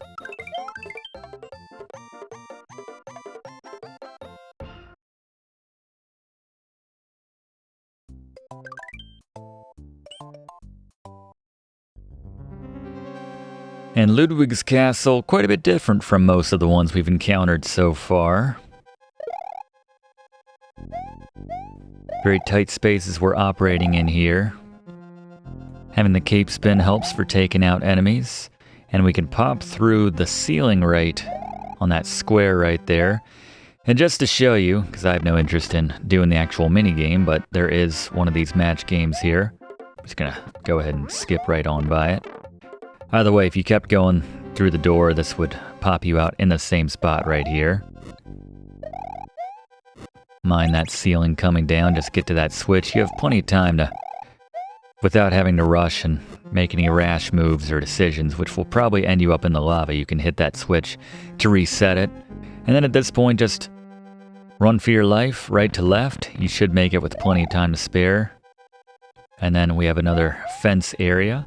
If you pop off to the right, you can grab yourself another cape feather. Or, depending on what power-ups you have at that time. If you're small Mario, it'll just be a standard mushroom. Plenty of opportunities to get consecutive combos, though, on the Koopa Troopas here. But anyway, when you're ready, go through the door, and Gary? Boss beaters. All right, Ludwig von Koopa. Want to jump on his head and then avoid his shell when he's sliding around on the floor. When he goes back to standing, jump on his head again. At this point, he's going to jump across the screen. Just make sure you're ready to jump on his head once again. 3 hits, like everybody in this game, you'll take him down. Thank you very much, Gary. And Fluff, I feel like I know the origins of this name, but you might as well tell us just the same. Yeah, this one's obvious, but I have to mention it. Ludwig von Koopa was named after German music composer Johann Sebastian Bach. What? I'm just kidding, Professor. Yeah, he's named after Ludwig van Beethoven, obviously because of the trademark wild hairstyle. Ah. Beethoven was... Well, I only have so much time for each fact, but suffice to say that Beethoven is one of the most prolific and oft-performed composers in classical music of all time. Personally, though, I'm partial to Antonio Vivaldi myself. Yeah, I had a hunch you'd say that. Thank you very much, Fluff.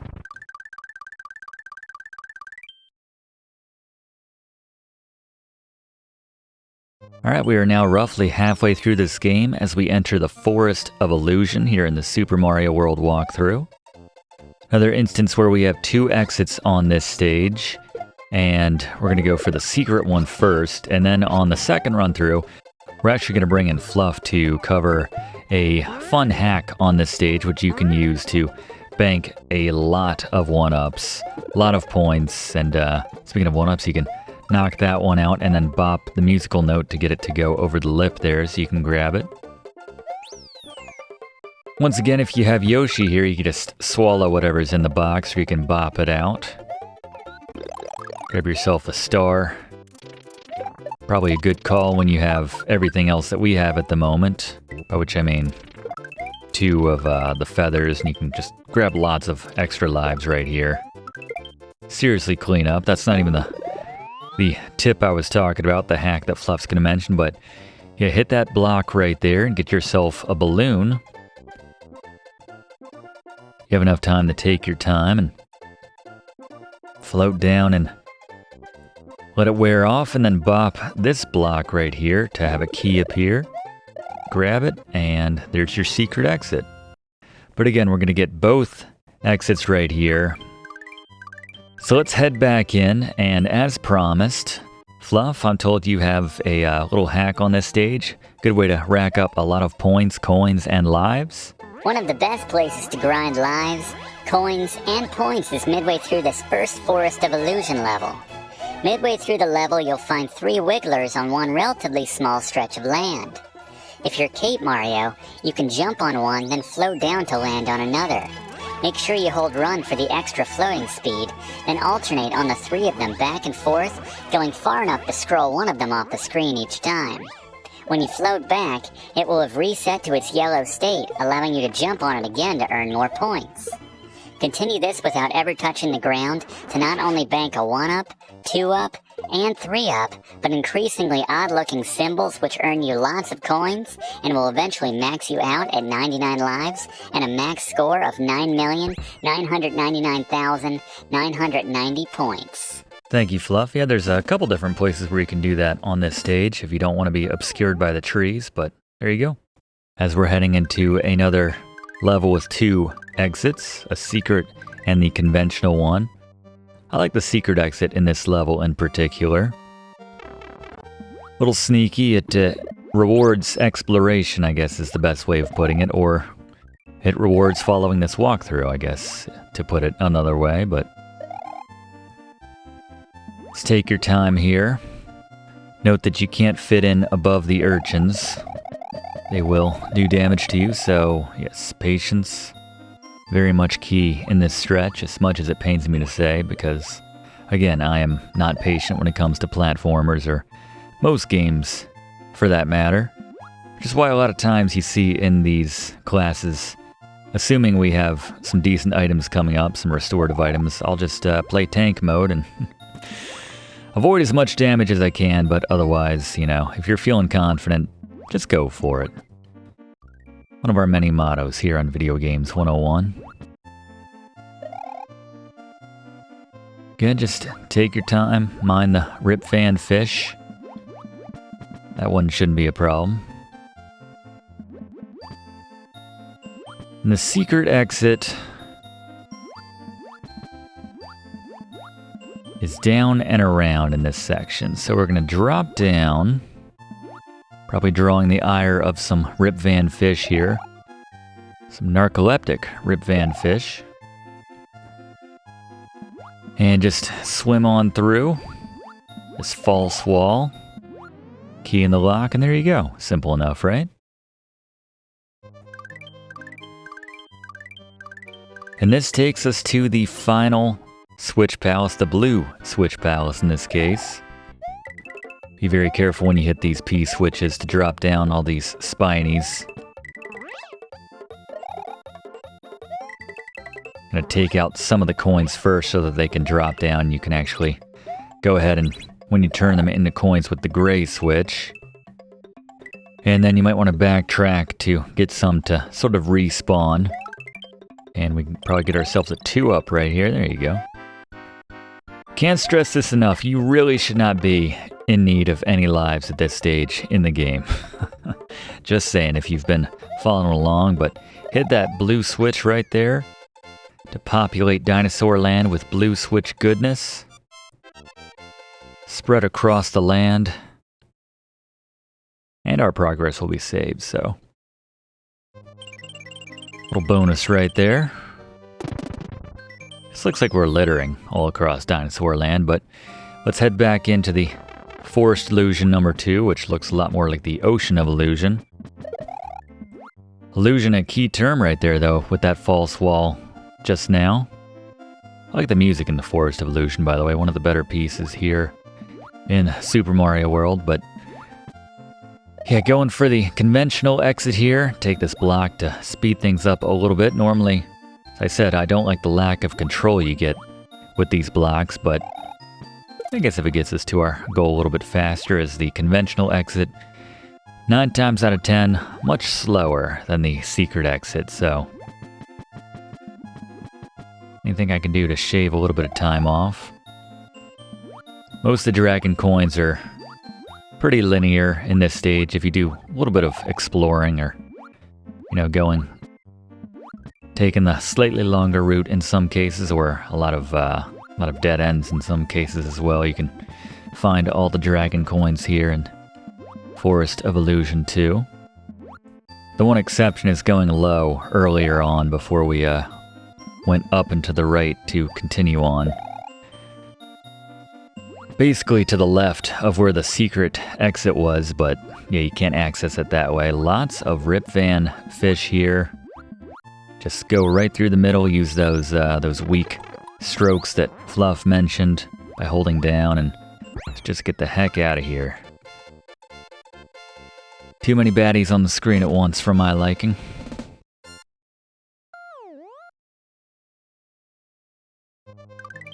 This next one's a fun one, Forest of Illusion 3. Lots of power-ups and enemies, for that matter, as well, trapped in bubbles, and very pleasant sound when those bubbles pop. I like that sound, I don't know, I always like that. Just me, class? See a mushroom floating around in one of those, but another instance where most of the dragon coins are very much in plain sight. Hard to miss them. Another instance where we have a secret exit, and the way to get to the secret exit is through one of the pipes, actually. So we're just going to go for the conventional exit first. I kind of needed a quick finish to get that out of my system after the slow swimming of Forest of Illusion 2, so I wanted to enjoy that. They're definitely messing with you, though, with the conventional exit for that stage. Still need to do the Forest Ghost House, I acknowledge that, but let's go ahead and get the secret exit now for Forest of Illusion 3 and enjoy some more of these popping sounds, these snapping sounds.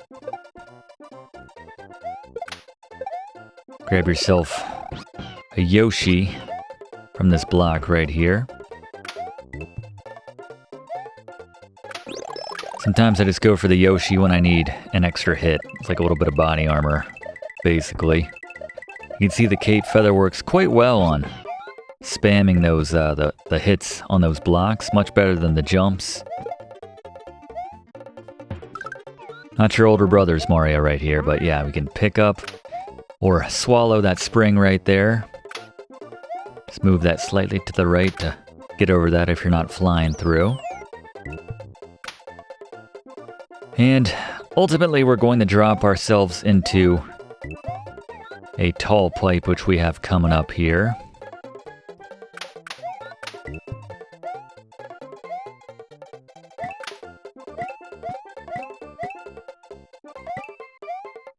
I want to get a running start to get enough lift to fly up there. And that was kind of strange.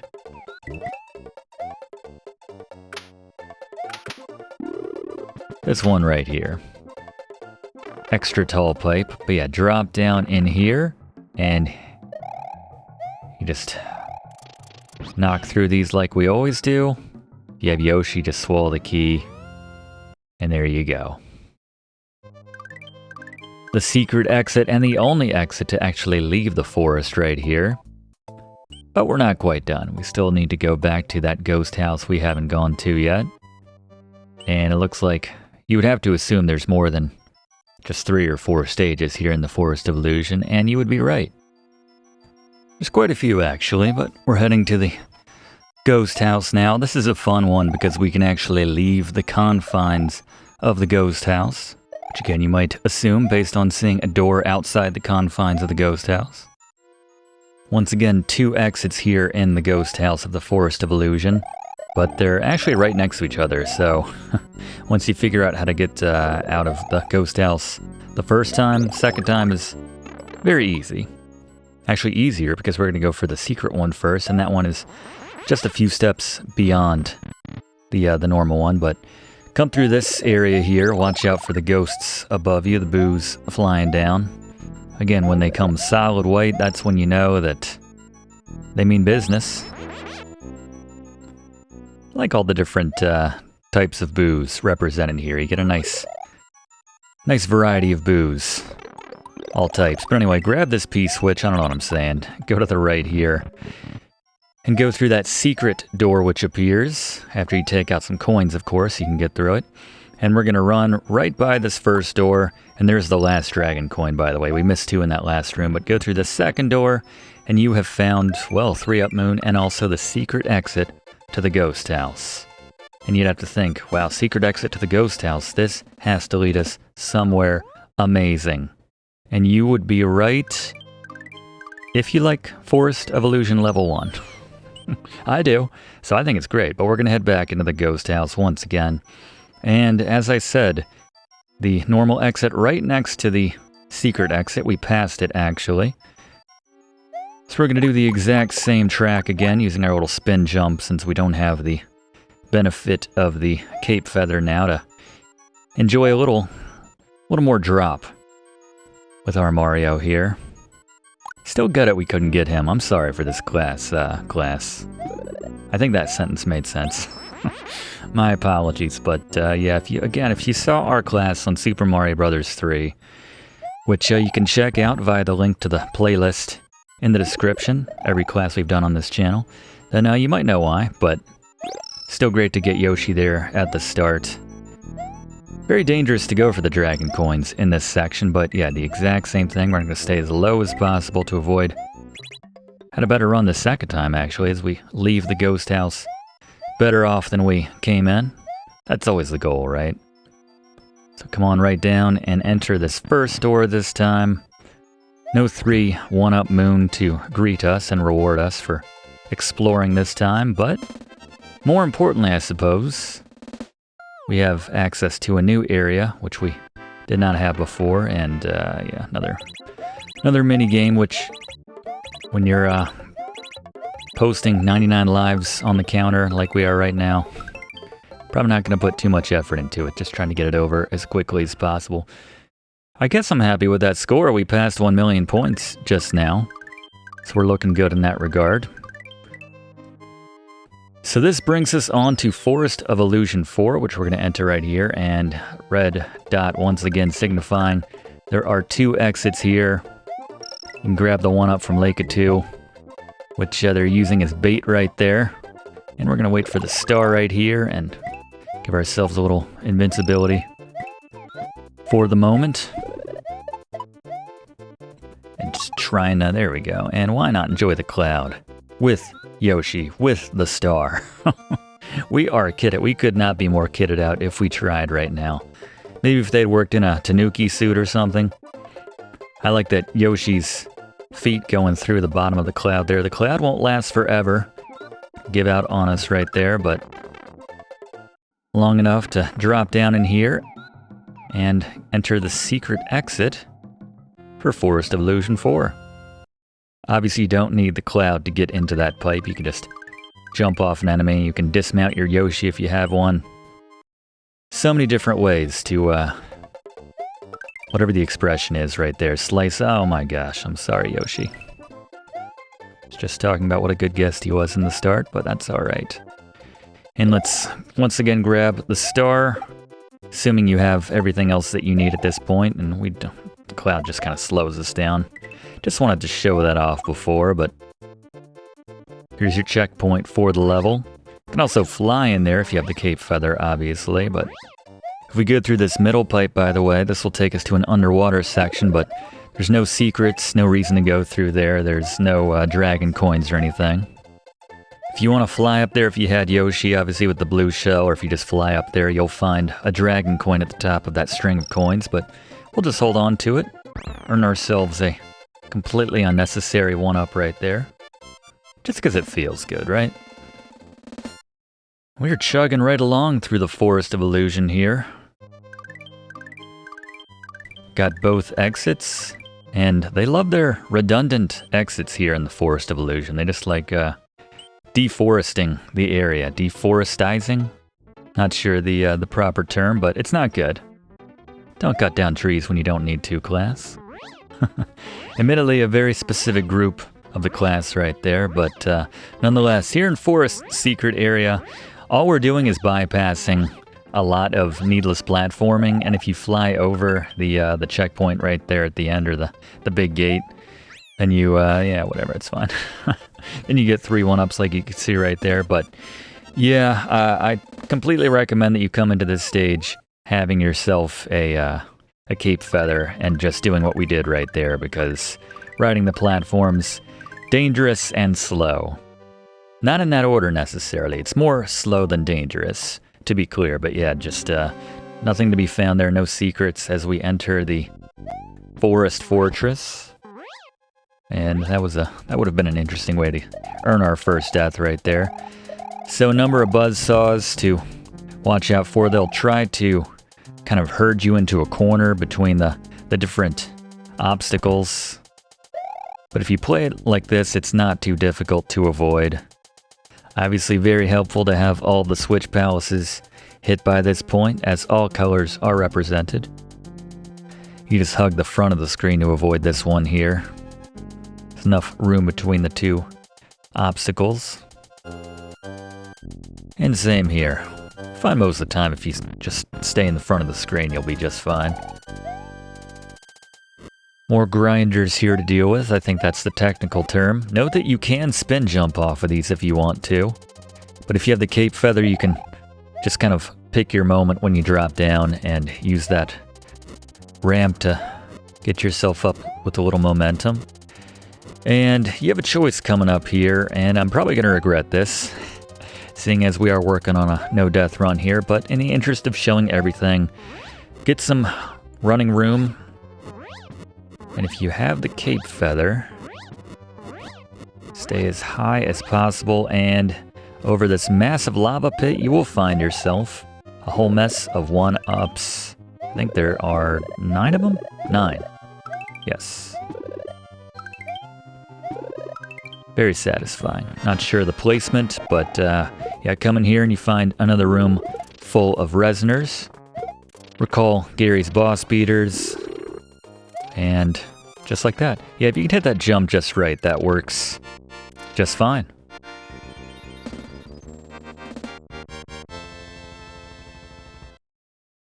Weird seeing Mario so close to the stats bar at the top. But anyway, take out the Forest Fortress and you will have unlocked another entrance to the Star Road, but we're putting that off until late in the game. As I mentioned, we're going to knock out all of the normal levels first. So finally out of the Forest of Illusion, and on the other side we come to Roy's Castle. Out of one castle and into another. And we have a moving platform here. Snake block, if you will. Don't worry, it's not Battletoads difficult. There's no Carnath's Lair. Which, if you saw our class on Battletoads, yeah, you'll know we hate that one here on Video Games 101. But yeah, as always, whenever you have platforms in this game, whether they be unpredictable like this one or otherwise, you can see you have a tight little window as the fireball will come at you, but having a cape feather, like every situation in this game, makes this so much easier as we're just showing off at this point. Got 3 dragon. Now that's what we get for showing off. Good lord. Alright, so much for our both feathers back to back. Showboating here, class, and we're paying the price. Alright, note the differently animated spikes, which this would be a bad for. Ooh, okay. Threading the needle. Alright, I'm quite happy with that. Gary. Boss beaters. Right, Roy Koopa. Very similar to the Morton battle. Jump on his head at the start, go to the right. He's gonna climb up the wall, go to the middle. You wanna run underneath so he drops down in the middle. Jump on his head again. Do it one more time, the whole thing, you'll take him down. Thank you, Gary. Always liked Roy Koopa. Looks like a rock star or a professional wrestler. Bringing Fluff after we. There we go. Plenty of time before it gets a little too tight to maneuver in there, but Fluff, where did Roy Koopa get his name? Roy Koopa is named after the Caruso of rock, Roy Orbison, who crashed on in the music scene with a string of hits in the early 60s after being signed by the founder of Sun Records, Sam Phillips, who was looking for a comparable artist to replace Elvis in the late 50s on his Sun label. Dark sunglasses like the ones Roy Koopa wears were a big part of Roy Orbison's trademark look, hence the inspiration for Roy Koopa's name. Good call, Fluff. Yeah, like me some Roy Orbison. Also like me some Looney Tunes-esque hijinks right there, whatever you want to call that. As we continue on now to Chocolate Island. Chocolate Island 1. Only one way to exit here. And this is, I don't know, you kind of have the small dinosaurs, you got the big ones. Not full-on Little Big World, but hey, you'll notice they don't like being made small. The Dino Rhinos and the little Dino Rhino torches. Note that you cannot use your fire flowers on the fireballs on the big ones, just the small ones. And you could obviously just make that jump or glide over there if you have your cape feather, but go through there to essentially load yourself into the cannon and launch out right there. Very efficient, the cannon travel. Any Secret of Mana fans out there? Want to do a class on that in time, I think. That's one of my favorites on the SNES, while we're talking and playing SNES right here. But we'll talk more about that one when we come up on it. You can drop down into this pipe right here for a little in-between section with more of the dolphins, which Yoshi in this iteration of the game cannot eat, just to remind you. Don't eat dolphins. But we launch out of that pipe and just enjoy our glide, and there you go. You can see we just passed that final of the dragon coins right there, but that's where it would have been. Nice to get a single exit level every now and then. They're seemingly more few and far between at this stage in the game. No secret exit once again here in the ghost house for Chocolate Island. We're just gonna float over this if you got it. And you're not fooling anyone, Fish and Boo. Come on now, I love that expression on his face though, I have to say. Just looks kinda like he's disassociating. Didn't want this job. I don't know. You only have to work on what, like one level in this entire game? Seems like a pretty sweet gig to me. These guys are fun, these boos that are also blocks, boo blocks. The name just creates itself. But we're going to lure these boo blocks over here. And actually, there might be another chain of boo blocks. No, all right. So we're going to lure these boo blocks over here. Watching out for the chain boos. And you'll notice as soon as we... Alright, well that didn't work out very well. Don't do what we just did, but note that obviously they act like normal boos and that they start chasing you when you're not looking at them, but when you're facing them, they work as normal blocks. So we can use those to find the exit and head to, I believe, Chocolate Island 2, which will have a secret exit to it. And actually, it's a novel twist on how to access the secret exit for this next stage, Chocolate Island 2. We need to do this one as quickly as possible to access the secret exit. And you actually don't need to be that efficient, but essentially we need to get through the second pipe with 250 seconds left on the clock. So you can see we still have time to stop off, grab ourselves a 1-up or a Yoshi. So we go through this first pipe here, and once again, this section made much easier if you have yourself a cape feather, but we do our best. You can slow down and grab yourself some 1-ups by jumping on lots of Koopa Troopas, but get through this pipe by 250 seconds remaining on your clock. And if you did it right, by which I mean you had 250 or more seconds, you'll see these pitch and chucks right here. And we can take our time now, in case you're wondering, by the way.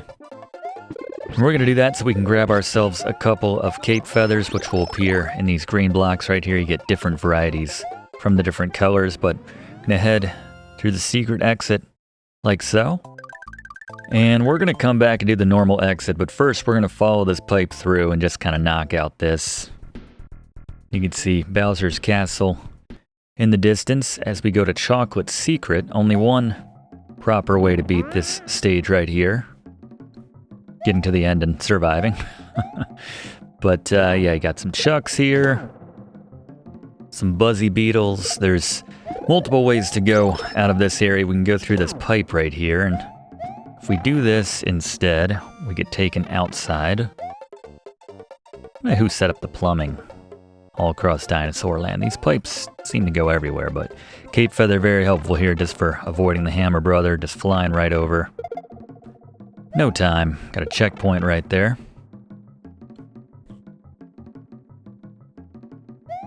And we're just proceeding downhill right here. Can avoid all the enemies if we just use our floating.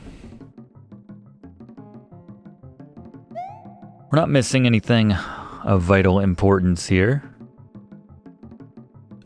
Just a slightly faster way to avoid a handful of semi-annoying enemies scattered all about.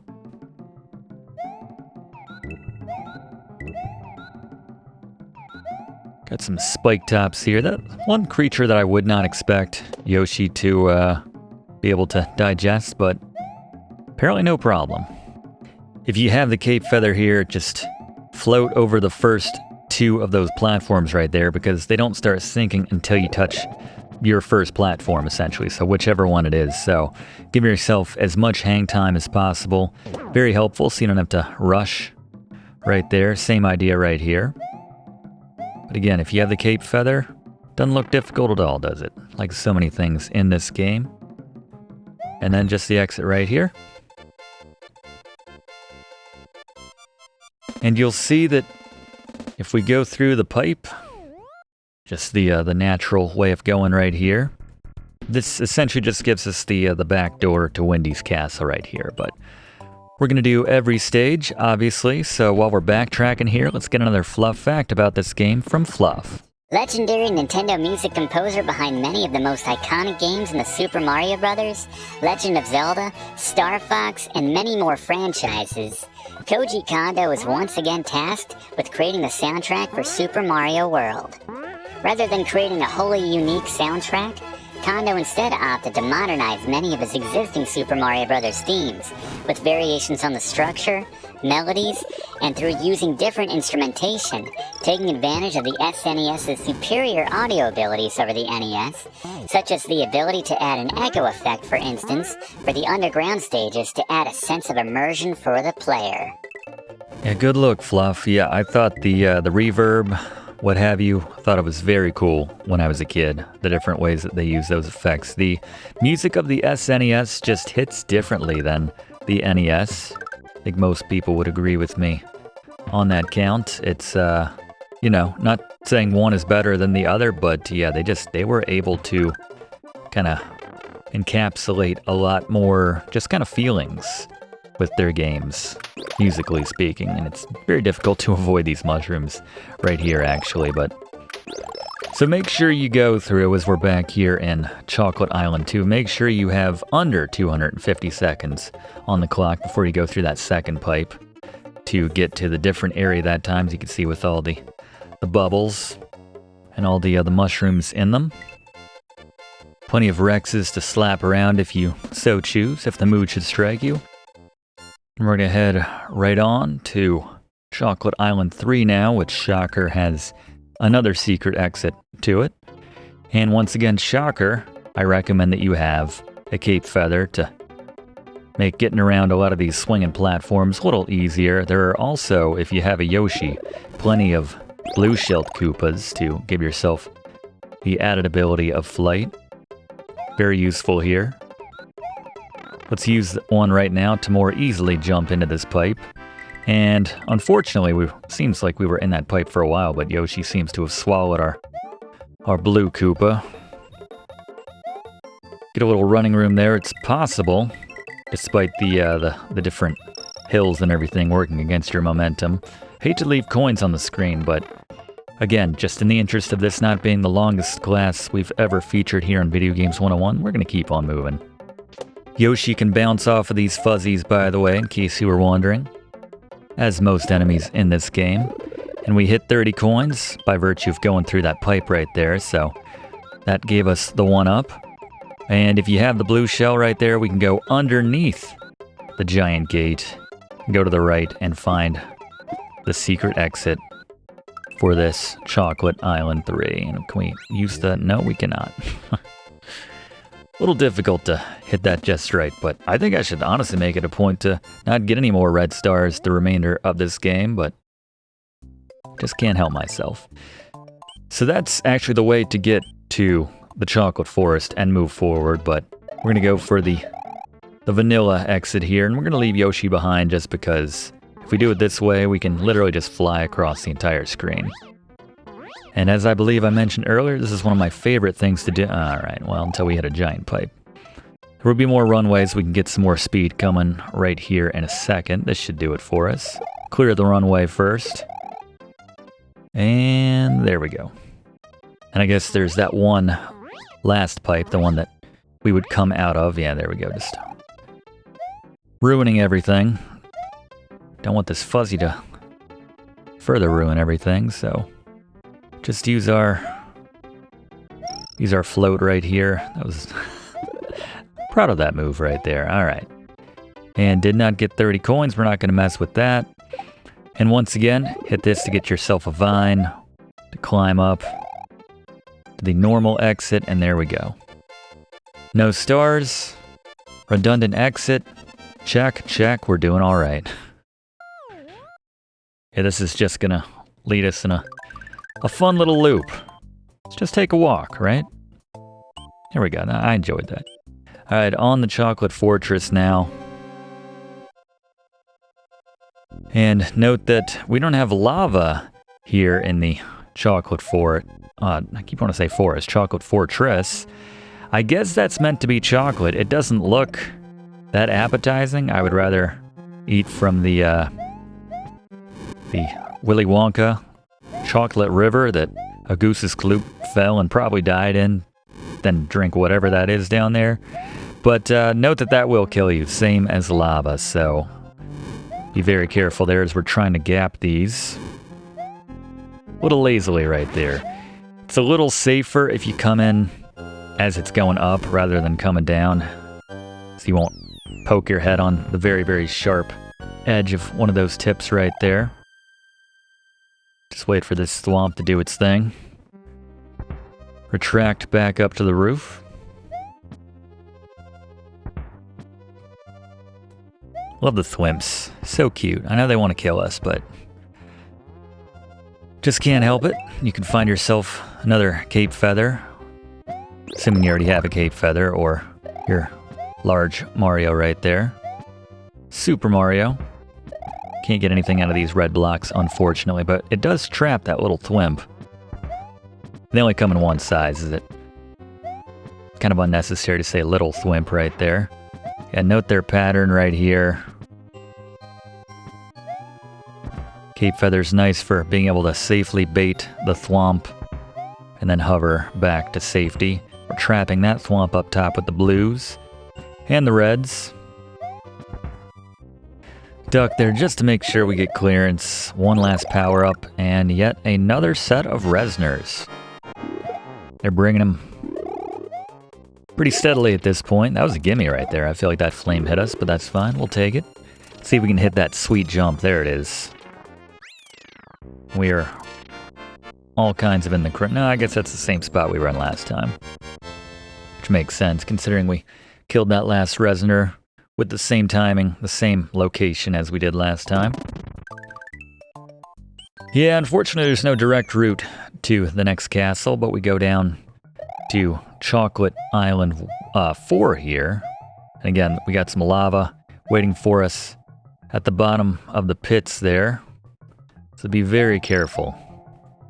It's pretty satisfying to make the jumps on these platforms right there. As you can see, like, you can barely make it, and it's another gimme. It just kind of throws you up there. Forces you onto that safe ground, and if you've hit all the switches, or certainly the blue one, you can have a platform there. Not going to waste our time on that mushroom, but yeah, mind when you hit that one block right there and it sends that mushroom to the left. Just be careful about trying to go get it there. And once we've cleared the way, we can drop down in this pipe here and hit the P switch. This is an area where, and then go all the way over to the left, like we're showing here. And this is an area that if you have the cape feather, then you can clean up on quite a few extra lives right here. So you have just enough time, if you don't dally, to drop all the way down. And then once they return into solid blocks we can walk on, run over there, grab some 1-ups, run over here, grab some coins, run over here, get yourself, well, we're not going to touch that garbage. There's a feather if you need one, but, I mean, probably already have at least one. And a bunch more extra lives right there, so a little something on every single, don't want that either, a little something waiting for you on every single one of these levels on the elevator. Note that it does not matter which of these pipes you exit through. They're all going to lead to the same area after this. I'm sure a lot of kids, probably myself included, just can't remember, spent a lot of time painstakingly going through, repeating this level and going through every single pipe, expecting a different outcome, but I think Nintendo was being nice. They were being kind when they showed that this is a golden/yellow stage and that there's no secret exit. So don't waste your time, kids of the early 90s. But eventually come out and you have the normal exit, the only exit. As we move on to Chocolate Island 5, this is a long area here. You can see a bunch of Spinies trapped at the start. Let's liberate them, but not before we liberate Yoshi from this center block here. And as soon as we hit this, obviously, all heck is going to break loose. If you go in there, you can get one of those match games that Fluff taught you how to hack it earlier. Grab ourselves I knew it was a little late with that. Oh well. If you keep going on, there's a bit of water with a dragon coin over it, but we're going to head down into this pipe where we'll find another dragon coin and bunch of blurps trapped in bubbles with the occasional mushroom there. So If you want to backtrack and get that dragon coin, it's back to the left. And actually there's a little platform with all the different color shells. So let's backtrack a little bit here. We'll actually pick up that dragon coin while we're doing this. Right there, there's our 1-up. Very happy about that, but there's just enough area on this little runway here. If you go back and forth and then just commit to it when you're going off to the right to get some flight, and then all the different colors, take your pick. What abilities do you want for your Yoshi? Flight? That's my personal favorite. So we'll ride this now. All the way to the right. Get an extra dragon coin for an extra life right there. And there we go. Perfect 40. Every now and then we can time that out just right.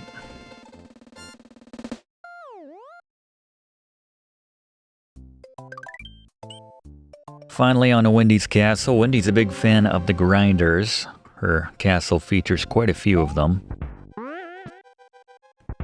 Also, quite a few of these spikes, which are incredibly dangerous. If you hit them from the side, they will take away your power-up, shrink you, what have you. If you get hit from above, they will flatten and kill you. They'll just kill you. There's no special animation. You're just dead. So, yeah, maybe take your time. I just know that there's that soft spot right between those two traces of the grinder tracks right there, but not too difficult if you take your time right there. And nothing in this block right here, literally just a little platform to make this jump a little bit easier. But a lot of fast moving spikes here. Mushroom, which you might need in case you hit one of the sides of these. It's very dangerous. Can't stress that enough. Now we got some Sparkies here. A little Sparky. And the big boys are called hotheads.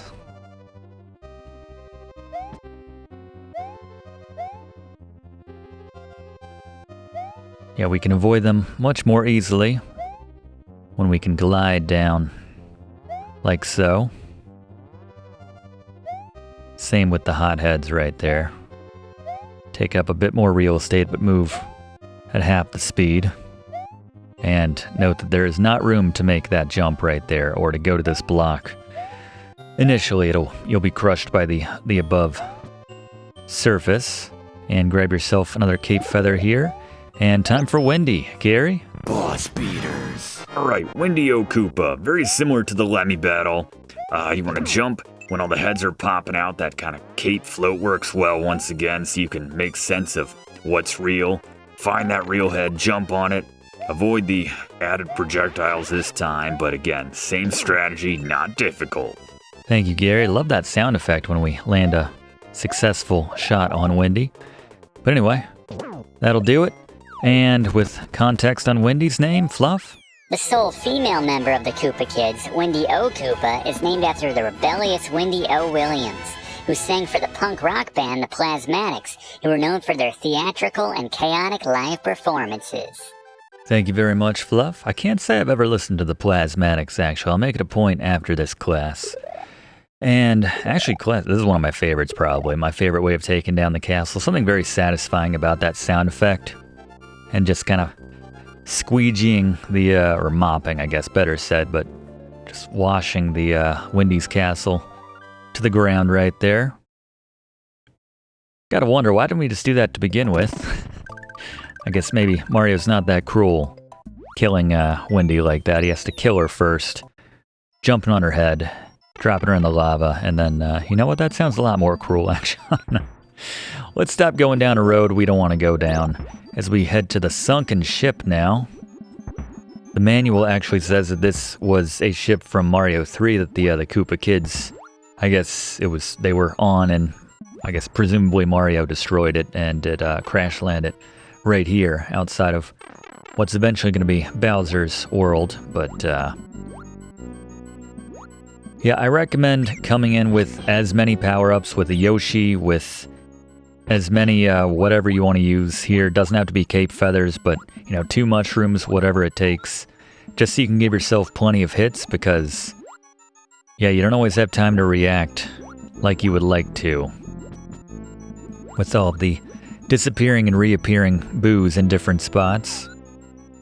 If you don't see a way through, just hang out for a second and just wait for them to disappear and reappear, and you'll typically have a track forward. Just be very careful that they don't appear in on top of you, obviously.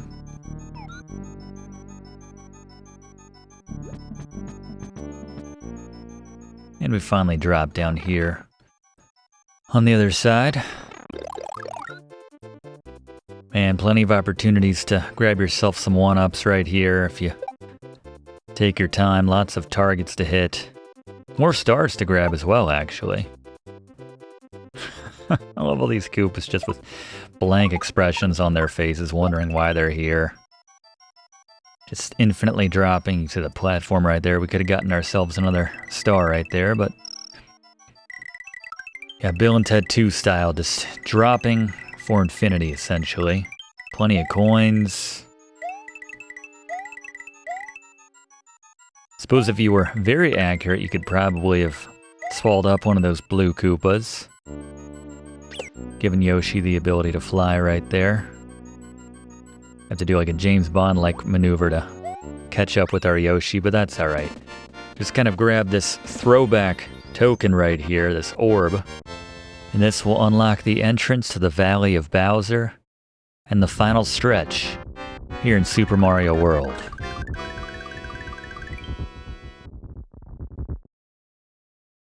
Alright, as we enter the Valley of Bowser, we're in the final stretch of the Super Mario World walkthrough here on Video Games 101.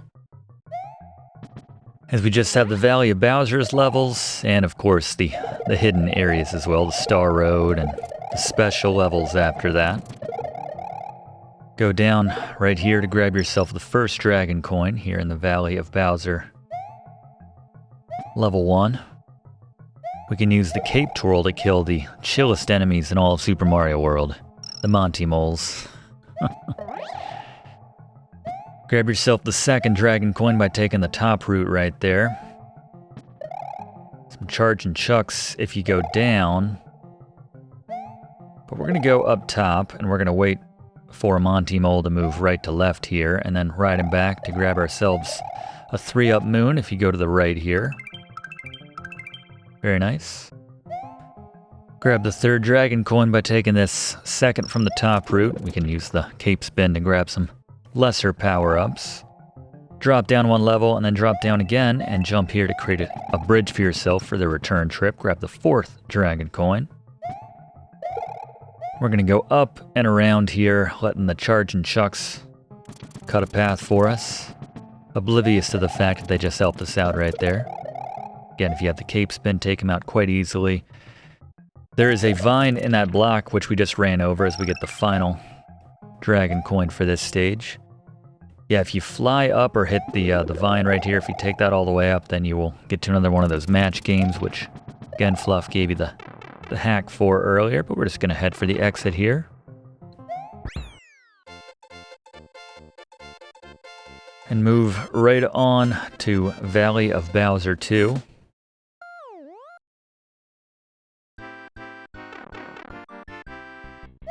We have a secret exit in the next one. Or we'll have access to, depending on which exit we take, the ghost house for the valley, as well as the fortress for the valley. Not to be confused with Bowser's Fortress, obviously, but you can see them both right there at this soon-to-be crossroads.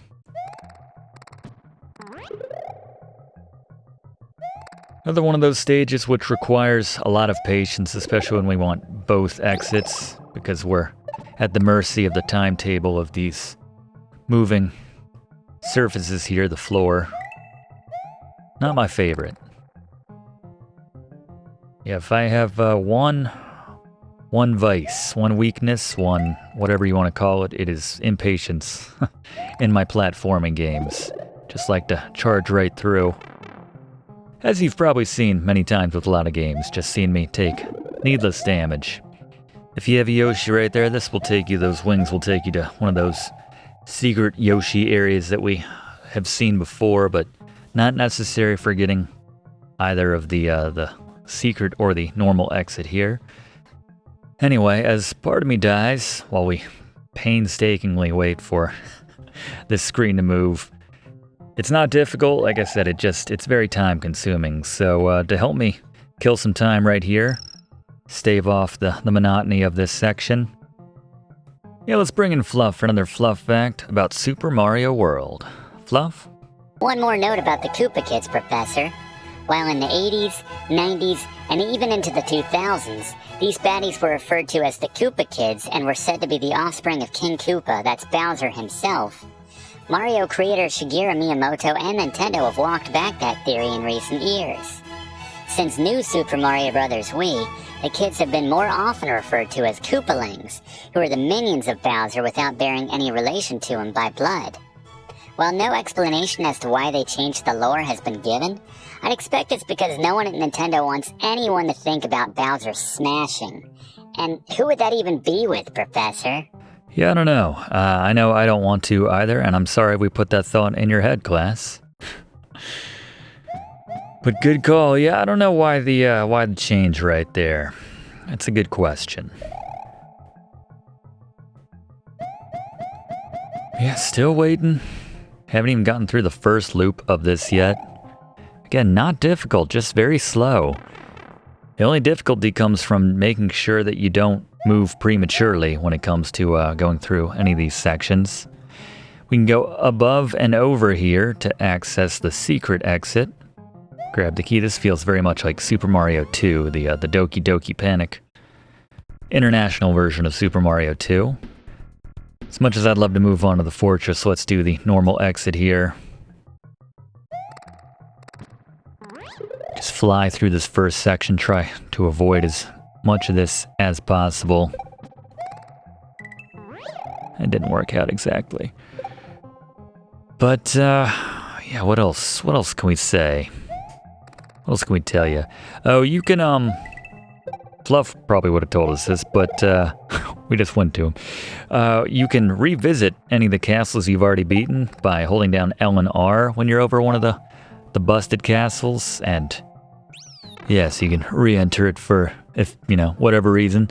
There's some opportunities, obviously, like we mentioned earlier, where you can grab a lot of extra lives by staying on the fences and just racking up consecutive kills on the Rexes, or not the Rexes, but the Koopa Troopas that are climbing those, so opportunities there. Meant to ask this earlier, class, but might as well do it now. We got nothing else going on. Which of the artists which inspired the Koopa Kids' American names, Davy Brooks, which is your favorite of the bunch? Which do you listen to the most? We got Roy Orbison, Wendy O. Williams, was the Plasmatics. You had Lemmy Kilmister, Motorhead, Iggy Pop, or Beethoven. Probably some fans of Beethoven out there.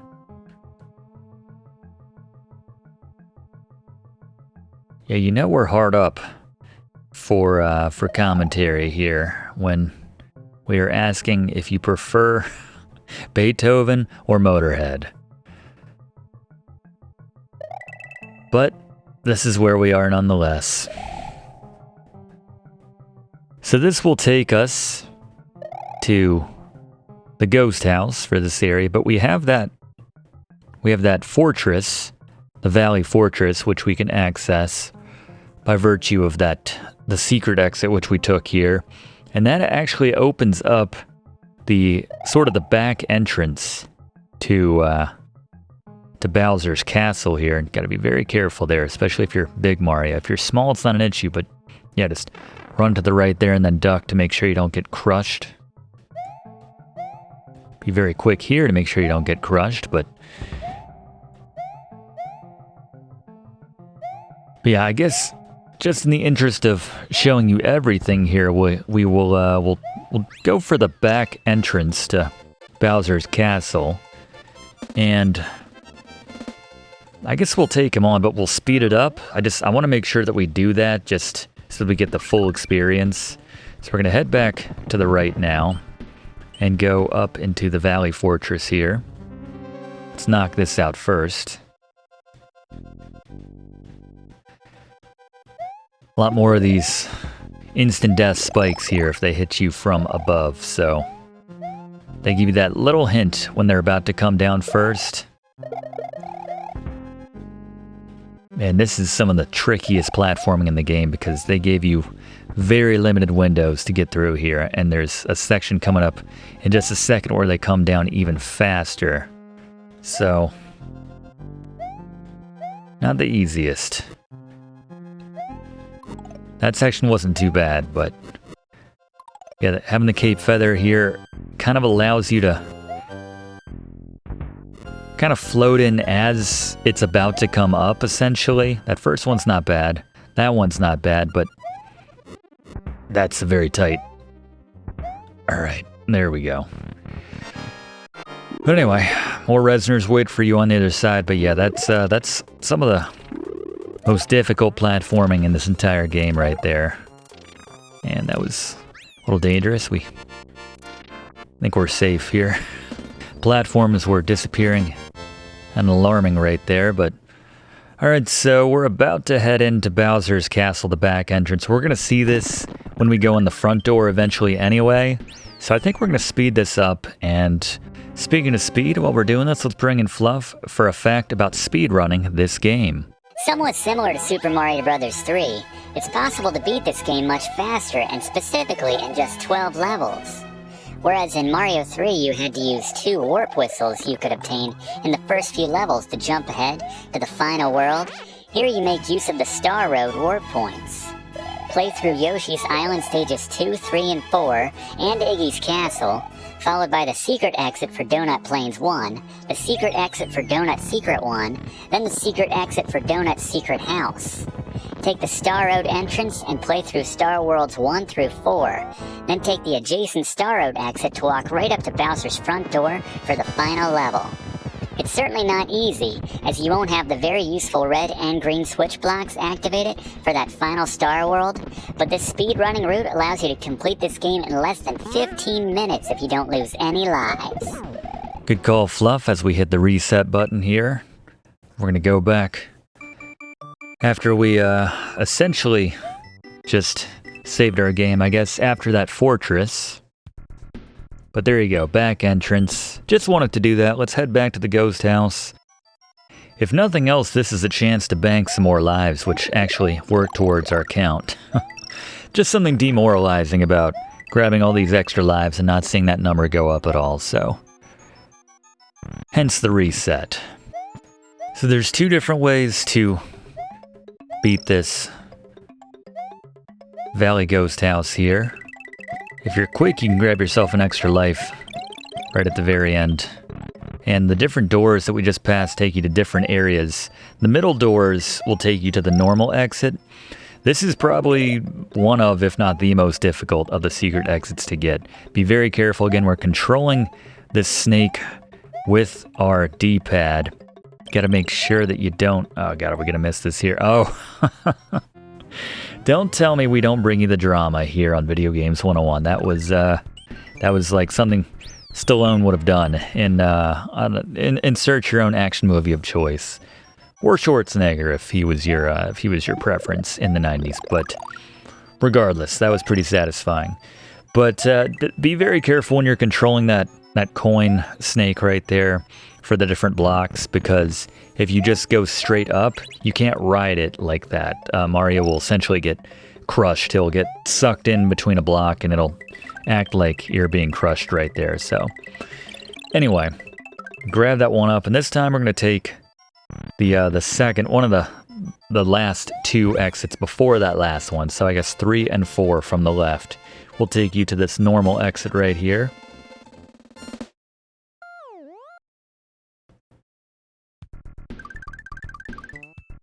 And on to Valley of Bowser 3. You can see we made that shortcut to Larry's Castle, but we're going to skip that. We'll go the honest way. And here we have little platforms which show you the amount of gas they have in the tank, essentially, in seconds. So we get 4 seconds here on this platform. Another instance we're having a Cape Feather. Very useful, surprise. And we have another mini game right if you go through here. Could also use it as a very miniature shortcut. Not useful at all, really. Just spits us out on the other side of just that pit right there is where we entered, essentially. So, use this spring right here. Grab yourself a fire flower. Guess I'll take that over a mushroom, but honestly, not a bad level on that long piece of land which we just came from to get some speed and maybe just fly through the rest of this level. Got some of those oversized bonsai bills coming in here in just a second. There we go, right on cue.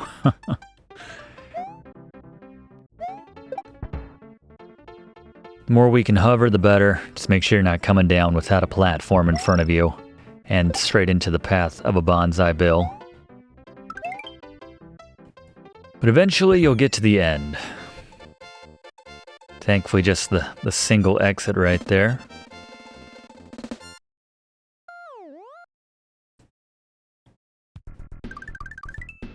And one last underground level here. As you can see, we have another secret exit to this one. And Valley of Bowser 4. Got some digging chucks. Just digging giant boulders to launch at us or fling at us.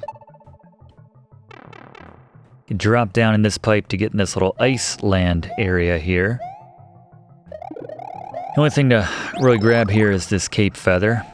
Otherwise, just come right back out the other side of this pipe. And you'll see it backtracked us a little bit, but I'd say it's worth it to pick up that cape feather right there. Grab yourself a vine to climb. And you'll find a Yoshi in this block right here, and this Yoshi is essential for getting the secret exit to this stage. Actually, we need to swallow the key through a wall to use it on the lock. So whatever you can do to keep Yoshi alive. If you lose him, just go for the normal exit. That's my plan. Hopefully it won't come to that. There's the checkpoint right there. Just eating rocks and dirt. Guess I won't question Yoshi's constitution at this point. Have I mentioned how useful the cape feather is in the last minute? Can't say it enough, but...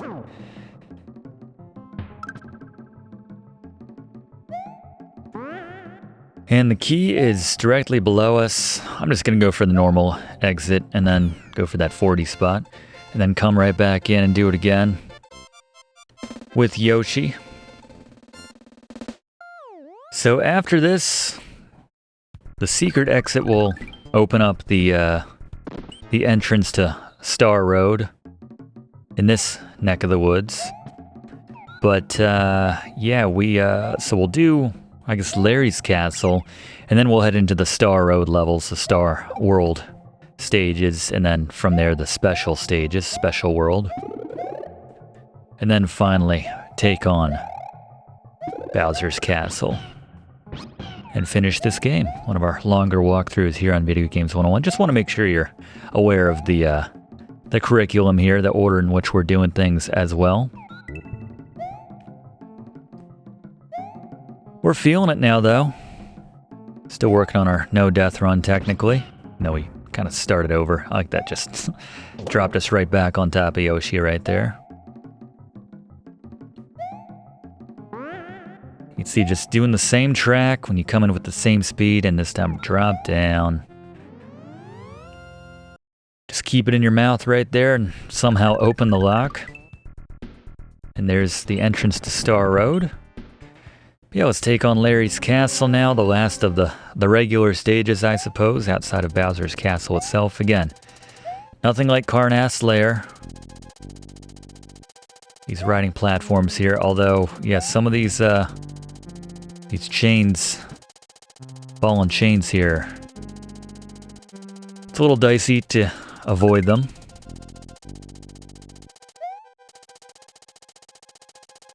Here we can definitely ride this without worrying about being swallowed up and losing a life. Thankfully. Ultimately, we're trying to go to the right, but yeah, this is just taking us the long roundabout way. We'll be able to hit that block Once it comes up top, grab yourself another dragon coin right there if you like. And try to avoid this mushroom. And is this moving at the same... Couldn't tell if we were outrunning that or not, but whatever. Feeling good. I don't think we'll need that extra feather.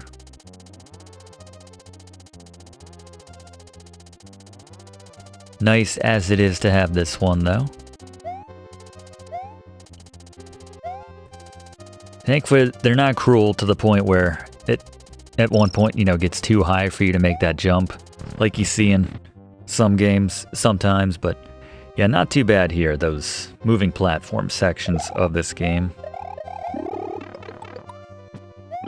Some Magic Koopas showing up here. And now we gotta wait for them since we don't have our cape feather here to... And he would gap that, wouldn't he? Little help, Magic Koopa? Alright, I can probably make this work. There we go. Almost to our detriment. Can jump on them, but only when they're right there sitting in front of you. It's a tough, shallow jump to make right there, yeah. Gonna bait them in. Alright, not making this easy on ourselves. Might be looking at our first death right here. Mentioned this earlier, but yeah, how differently do you play when you don't have that mushroom in your back pocket, when you're not Big Mario? Just kind of baiting them to fire up.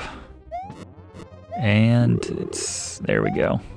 I like that it's essentially the PlayStation symbols right there, ironically. Gary? Boss beaters. Alright, Larry Koopa is just like a more complicated version of the Iggy battle we had at the start.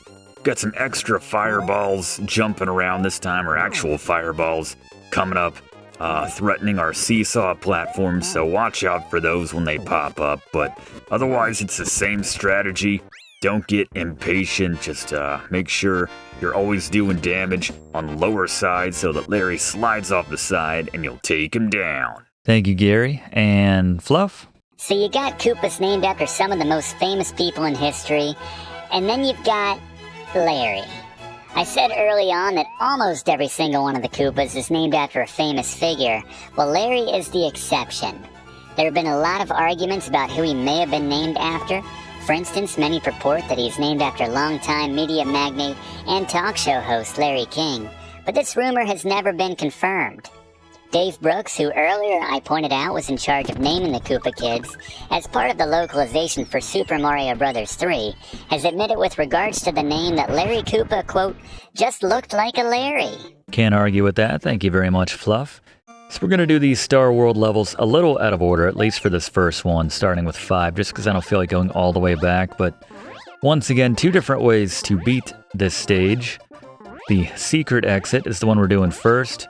So basically just build up some speed at the start with a cape feather and come up top here. And then duck and slide underneath those blocks right there. And easy as that, you have the secret exit, which actually takes us to where we ultimately want to go, to the special areas, but we're not going to do that yet. So we're going to beat this the conventional way to make this connect with Star World 1. And then we'll just do them chronologically from there. But once again, a cape feather, very useful here. We're not going to fly through the whole stage. We're going to show you what we got here in Star World 5. But we can make our little coin bridge here by hitting that and then hitting the P. But we can also just use the ground beneath it to create a little runway for ourselves to fly to this area here, I want to point out, where we have a baby Yoshi. And if we feed baby Yoshi 5 enemies, 1, 2, 3, 4 enemies. I'd say I'm wrong, but I really do think it's meant to be 5 enemies right there. But nevertheless, we have ourselves a yellow Yoshi, which are the stomping kind, so you can use that to stomp the enemies around you to take them down when they're in that close proximity there. Not sure why that one didn't take, but worked on the spinies earlier. Nothing that a good cape twirl can't take care of.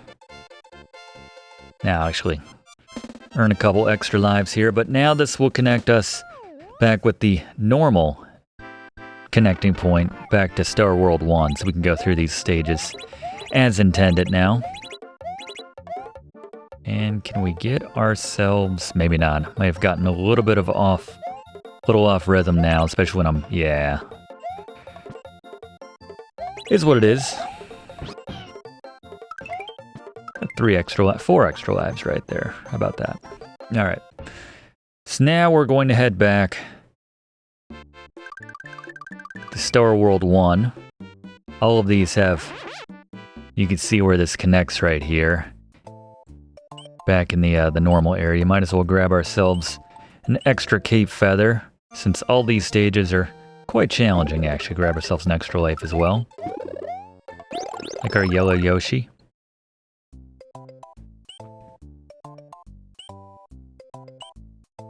This first Star World is very simple, actually, for both exits. We'll start a little spin jump right here, hop back on Yoshi, and just keep going lower and lower. There's a number of different items hidden within the blocks here. You have dragon coins there. We missed one already. There's a cape feather to the left. Fire flower to the right, back up there. Extra life right there. And we force down, that's fine. Get a star. Another star to the left, actually, so you'll get one whichever side you come in on. Got 2 more of the dragon coins on this side, just regular coins on the right. Got a bunch of flying Koopas in the middle of that area.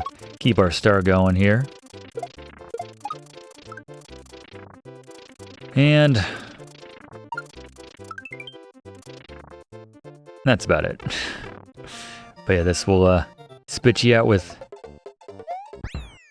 just a normal exit here. And the secret exit even faster to grab. So we'll duck back into Star World 1 and knock this out now. Just sends you back, but again, we're trying to get every single exit in this game, so just in the interest of showing every single exit and getting that perfect score, or at least this game's interpretation of a perfect score, we'll do that, and then we'll drop down and get the actual exit to this area, which you don't need Yoshi for. But we'll head over to Star World 2 now, an underwater level.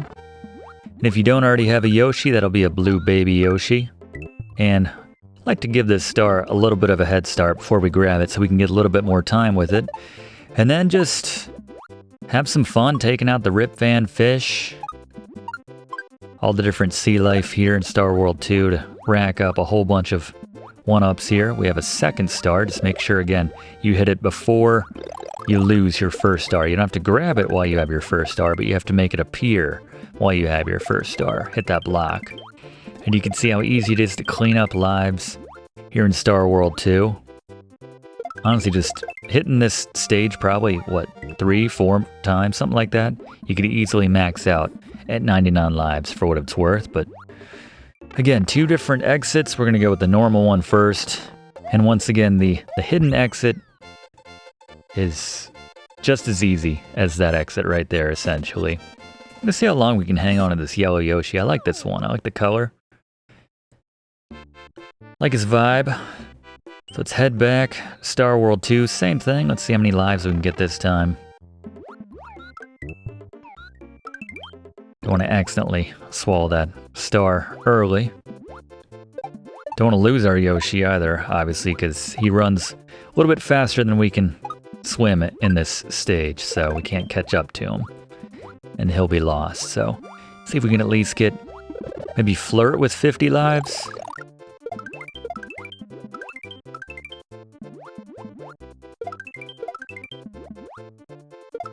Not gonna quite get there. It's about the best we can do. That's all right. 44, not too shabby. There we go. All right. 48. Lasted a bit longer than I thought.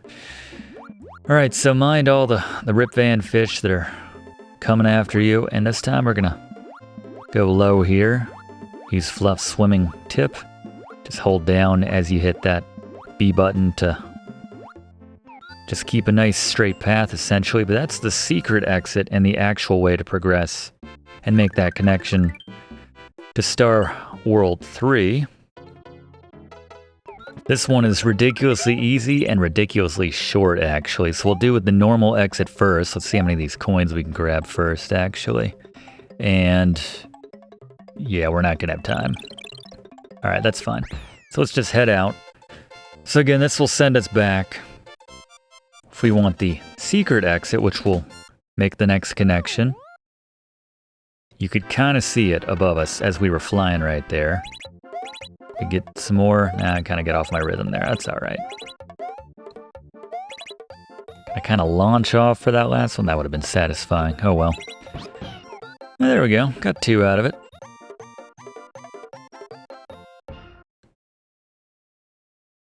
Yeah, this is my kind of level right here. So it sends us back, so we'll go for the secret exit, which is right above us. Grab that one up again, get a little speed, and just, well, it's just to the left of that block right there, as you can see, that blue block at the top. Fly all the way up, grab yourself the key. Gotta keep my Yoshi pal. Record for this playthrough that I think we've had a single Yoshi. And then the final Star World, which we haven't seen yet, we get a red baby Yoshi there at the start, if you didn't already have one. And plenty of opportunities to just fly through this one, as you see a lot of the blue-shelled Koopa Troopas. And make sure you keep on top of it, remembering that Yoshi only keeps that shell in his mouth for so long. I think it was about, what, 18 seconds, something like that, so. But one is actually necessary for coming down here and getting the secret exit. We can use this actually to dislodge the key from the box. And there's your secret exit. And that makes our last connection there. Let's just go through it again, fly through, and while we're doing this, another Fluff fact. There's a secret glitch here in the hidden exit for Star World 4, which you can access if you are Kate Mario and have a Yoshi. With the key in Yoshi's mouth, build up speed and bop every green block to the left. When you spit the key out, it will have changed to an upside-down Cheep Cheep, which can't hurt Mario, as you can see here. Very cool, thank you, Fluff. Also very cool are the special levels which we're about to enter. Thought it was really cool finding that as a kid, all the different names of those stages, just something different. Just felt like you were kind of like in between the code of the game or something. You were, you were somewhere you were not meant to be, and yeah, it was cool. Say it again. So since we've already done stage 5, let's go ahead and move on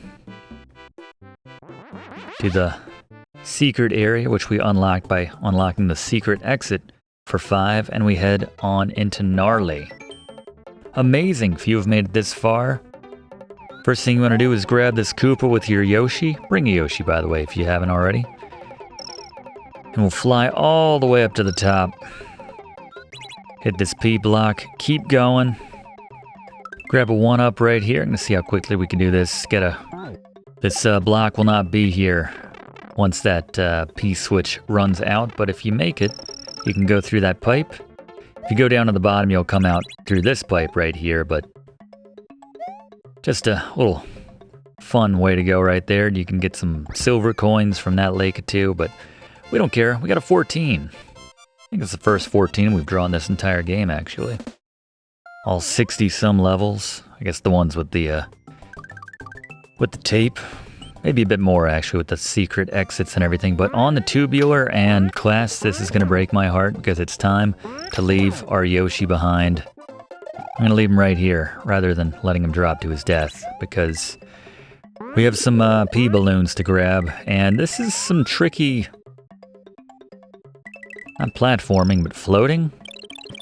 Trying not to hit any of the Chuck's projectiles, any projectiles in general, really. There's a lot of things which want to deflate Mario here. This is probably the hardest one to hit because we're about to run out and we need to hit this P balloon, but yeah, if you thread it like that, you can make it work. And we could probably ride this last balloon all the way to the end. We are good. And they give you the 1-up for doing it with the balloon. But yeah, that level, it's compromised many a no-death run, in my experience. But we move on now from tubular to way cool. Very Clarissa explains it all right there. Any Clarissa explains it all fans here? Not gonna lie, class, had a bit of a crush on Melissa Joan Hart when I was a kid.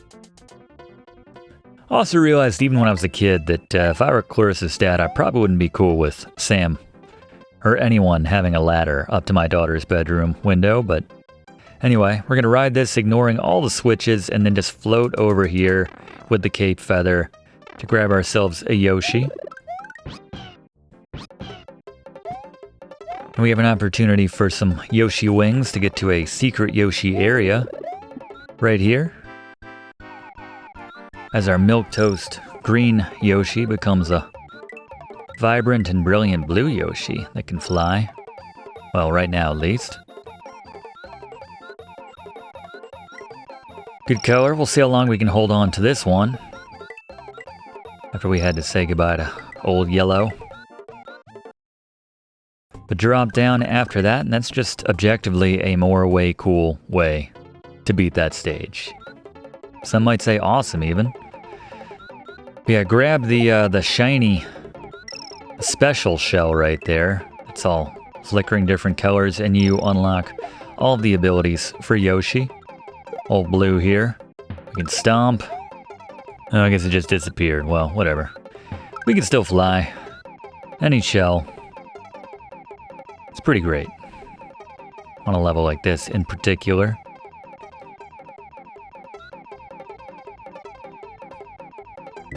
And I'm not sure, I was going to say, I wasn't sure where we were right there, so I was very careful about dropping.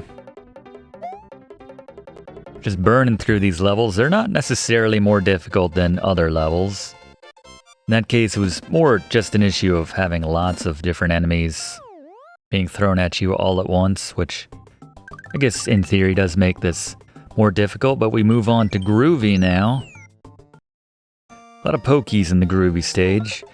And actually, a groovy fact about this stage, you might recognize it from the intro when the music was playing and just the demo mode, if you will. Yeah, that's this map right here. We actually get to play it, which is kind of cool. Not way cool, mind you, but yeah, you can see all the pokies right there, and we're just flying above them. And again, just recycling shells is a great way to get through stages like this. Assuming you got your blue Yoshi, like we got here. Which you should have too, because we just got it, essentially. When our green Yoshi turned into a blue one, and there's plenty of shells to go around to fly through most of these stages. As we're moving on now to the one name of a stage which never fit with the others. One of these things is not like the others. That would be Mondo. I guess you could use Mondo as an adverb, saying this is Mondo awesome, or something to that extent, but just kind of sounds wrong. But anyway. I was going to say, don't tell me we lost blue. At least he's not going far when we do lose him. You can swallow up a lot of the fish, knock him off his perch, like so. Couple Koopa Troopas right up ahead so we can fly a little bit more. Build up some speed before we do it. You can go in that left pipe to just go to a little coin section. Get the 5th dragon coin if you're interested in something like that. Another one right there. And we'll just softly touch down right there. Spit out the red shell and Mondo down. It was Mondo easy with the blue Yoshi, I have to say. Starting to use it. We need to work that more into our everyday vernacular, I think. Mondo. Outrageous. Another kind of wooded area here.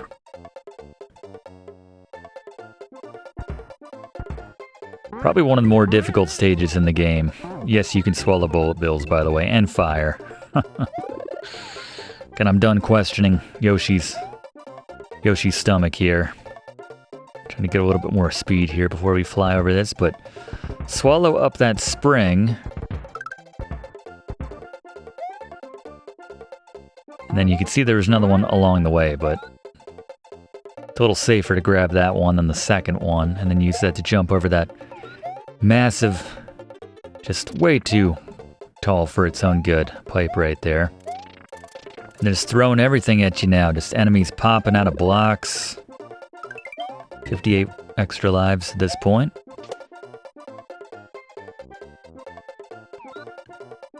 Just a lot of craziness here in Outrageous. You might describe this level, deservedly so, as outrageous actually, but just one stage to go after this. And I like to use a little bit of runway here if you have the cape feather and just fly over this little craziness. Note that there's no pipes you can go into in that stage, but anyway, a little context on the names of these stages now and how it differs from the Japanese regional version. Fluff?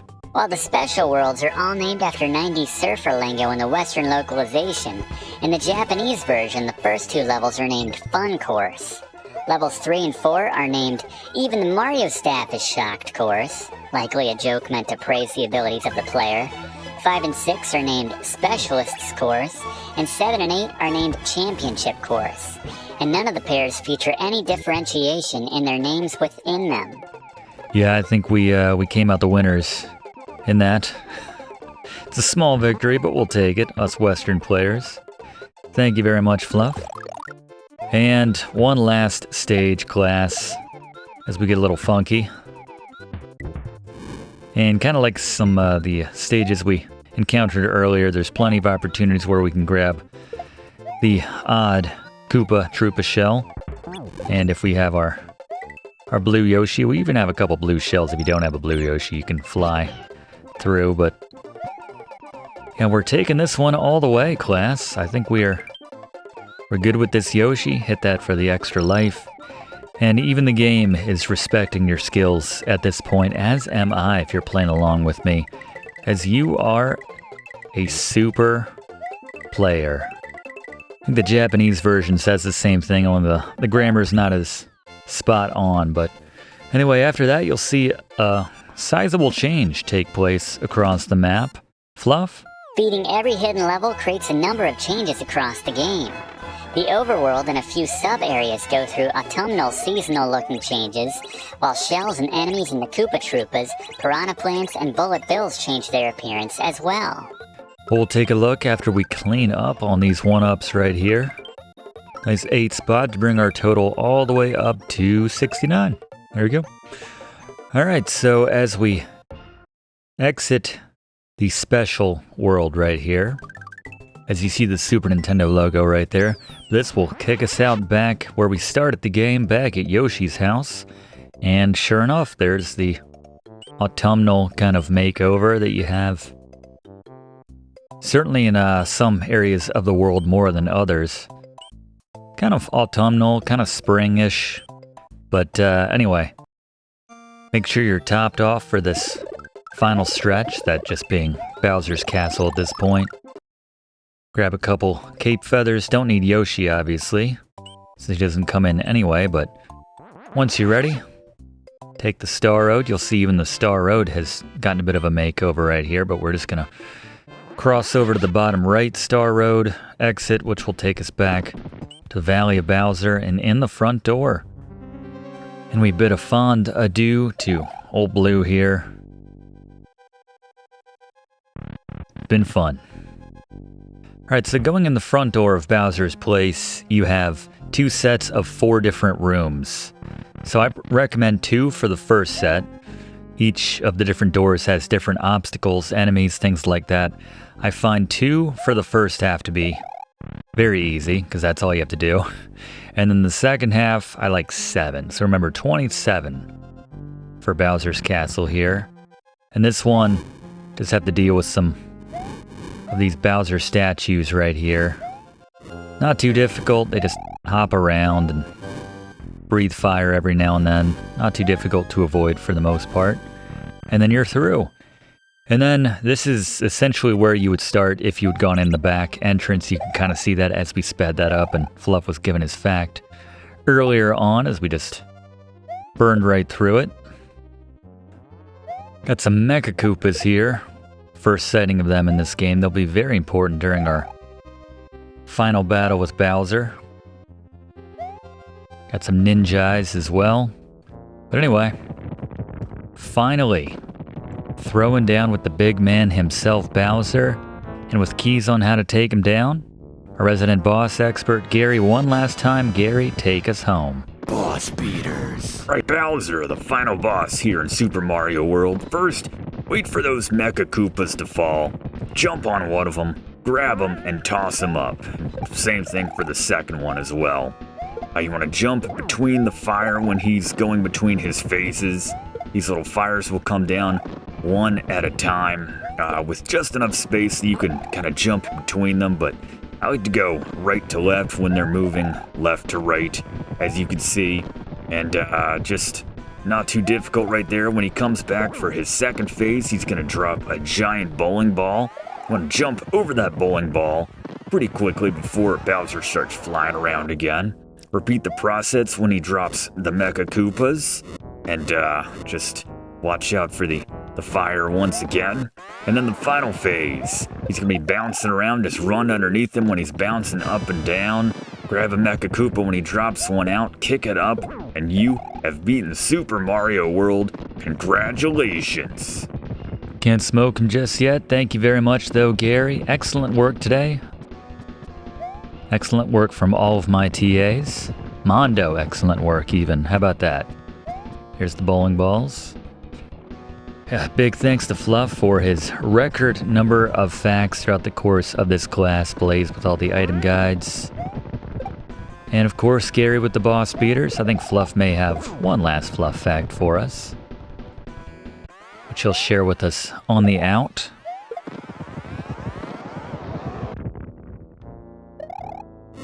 And let's see if we can gap the fire here. Simple enough. Then we'll just move left to right as they disappear, extinguish. Oh, good. Mecha Koopa's still hanging about. Got a little hasty there. That's alright. It's be a bad time. Lose our no death run right here. One more ought to do it. Say goodnight, Bowser. That is all she wrote. And there she is, class. Until she gets kidnapped next time, but let's enjoy it for the moment. I like it. She's got like a foot on Mario, maybe 6 inches at least. Into the shorter guys. But anyway, Mario's adventure is over. Mario, the princess, Yoshi, and his friends are going to take a vacation. I'd say it's well deserved after this one, as we get to enjoy some fireworks in the background here.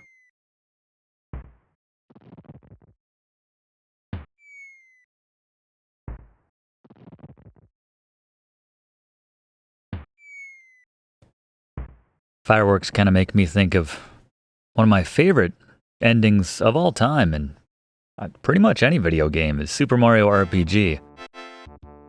For now, congratulations, class, and I mentioned it, let's bring in Fluff for one last Fluff fact about Super Mario World.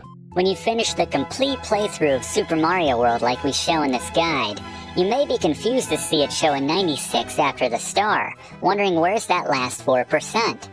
The star and 96 actually collectively signal that you've played every level and discovered every single one of the 96 exits in the game.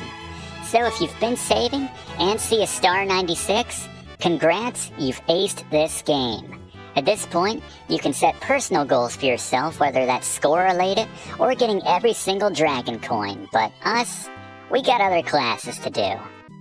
We certainly do. Thank you very much one last time, Fluff. One last time to all of my TAs, and one last time to you as well, class. Maybe the first time. I don't know if I thanked you for being here, but thank you so much for being here, class.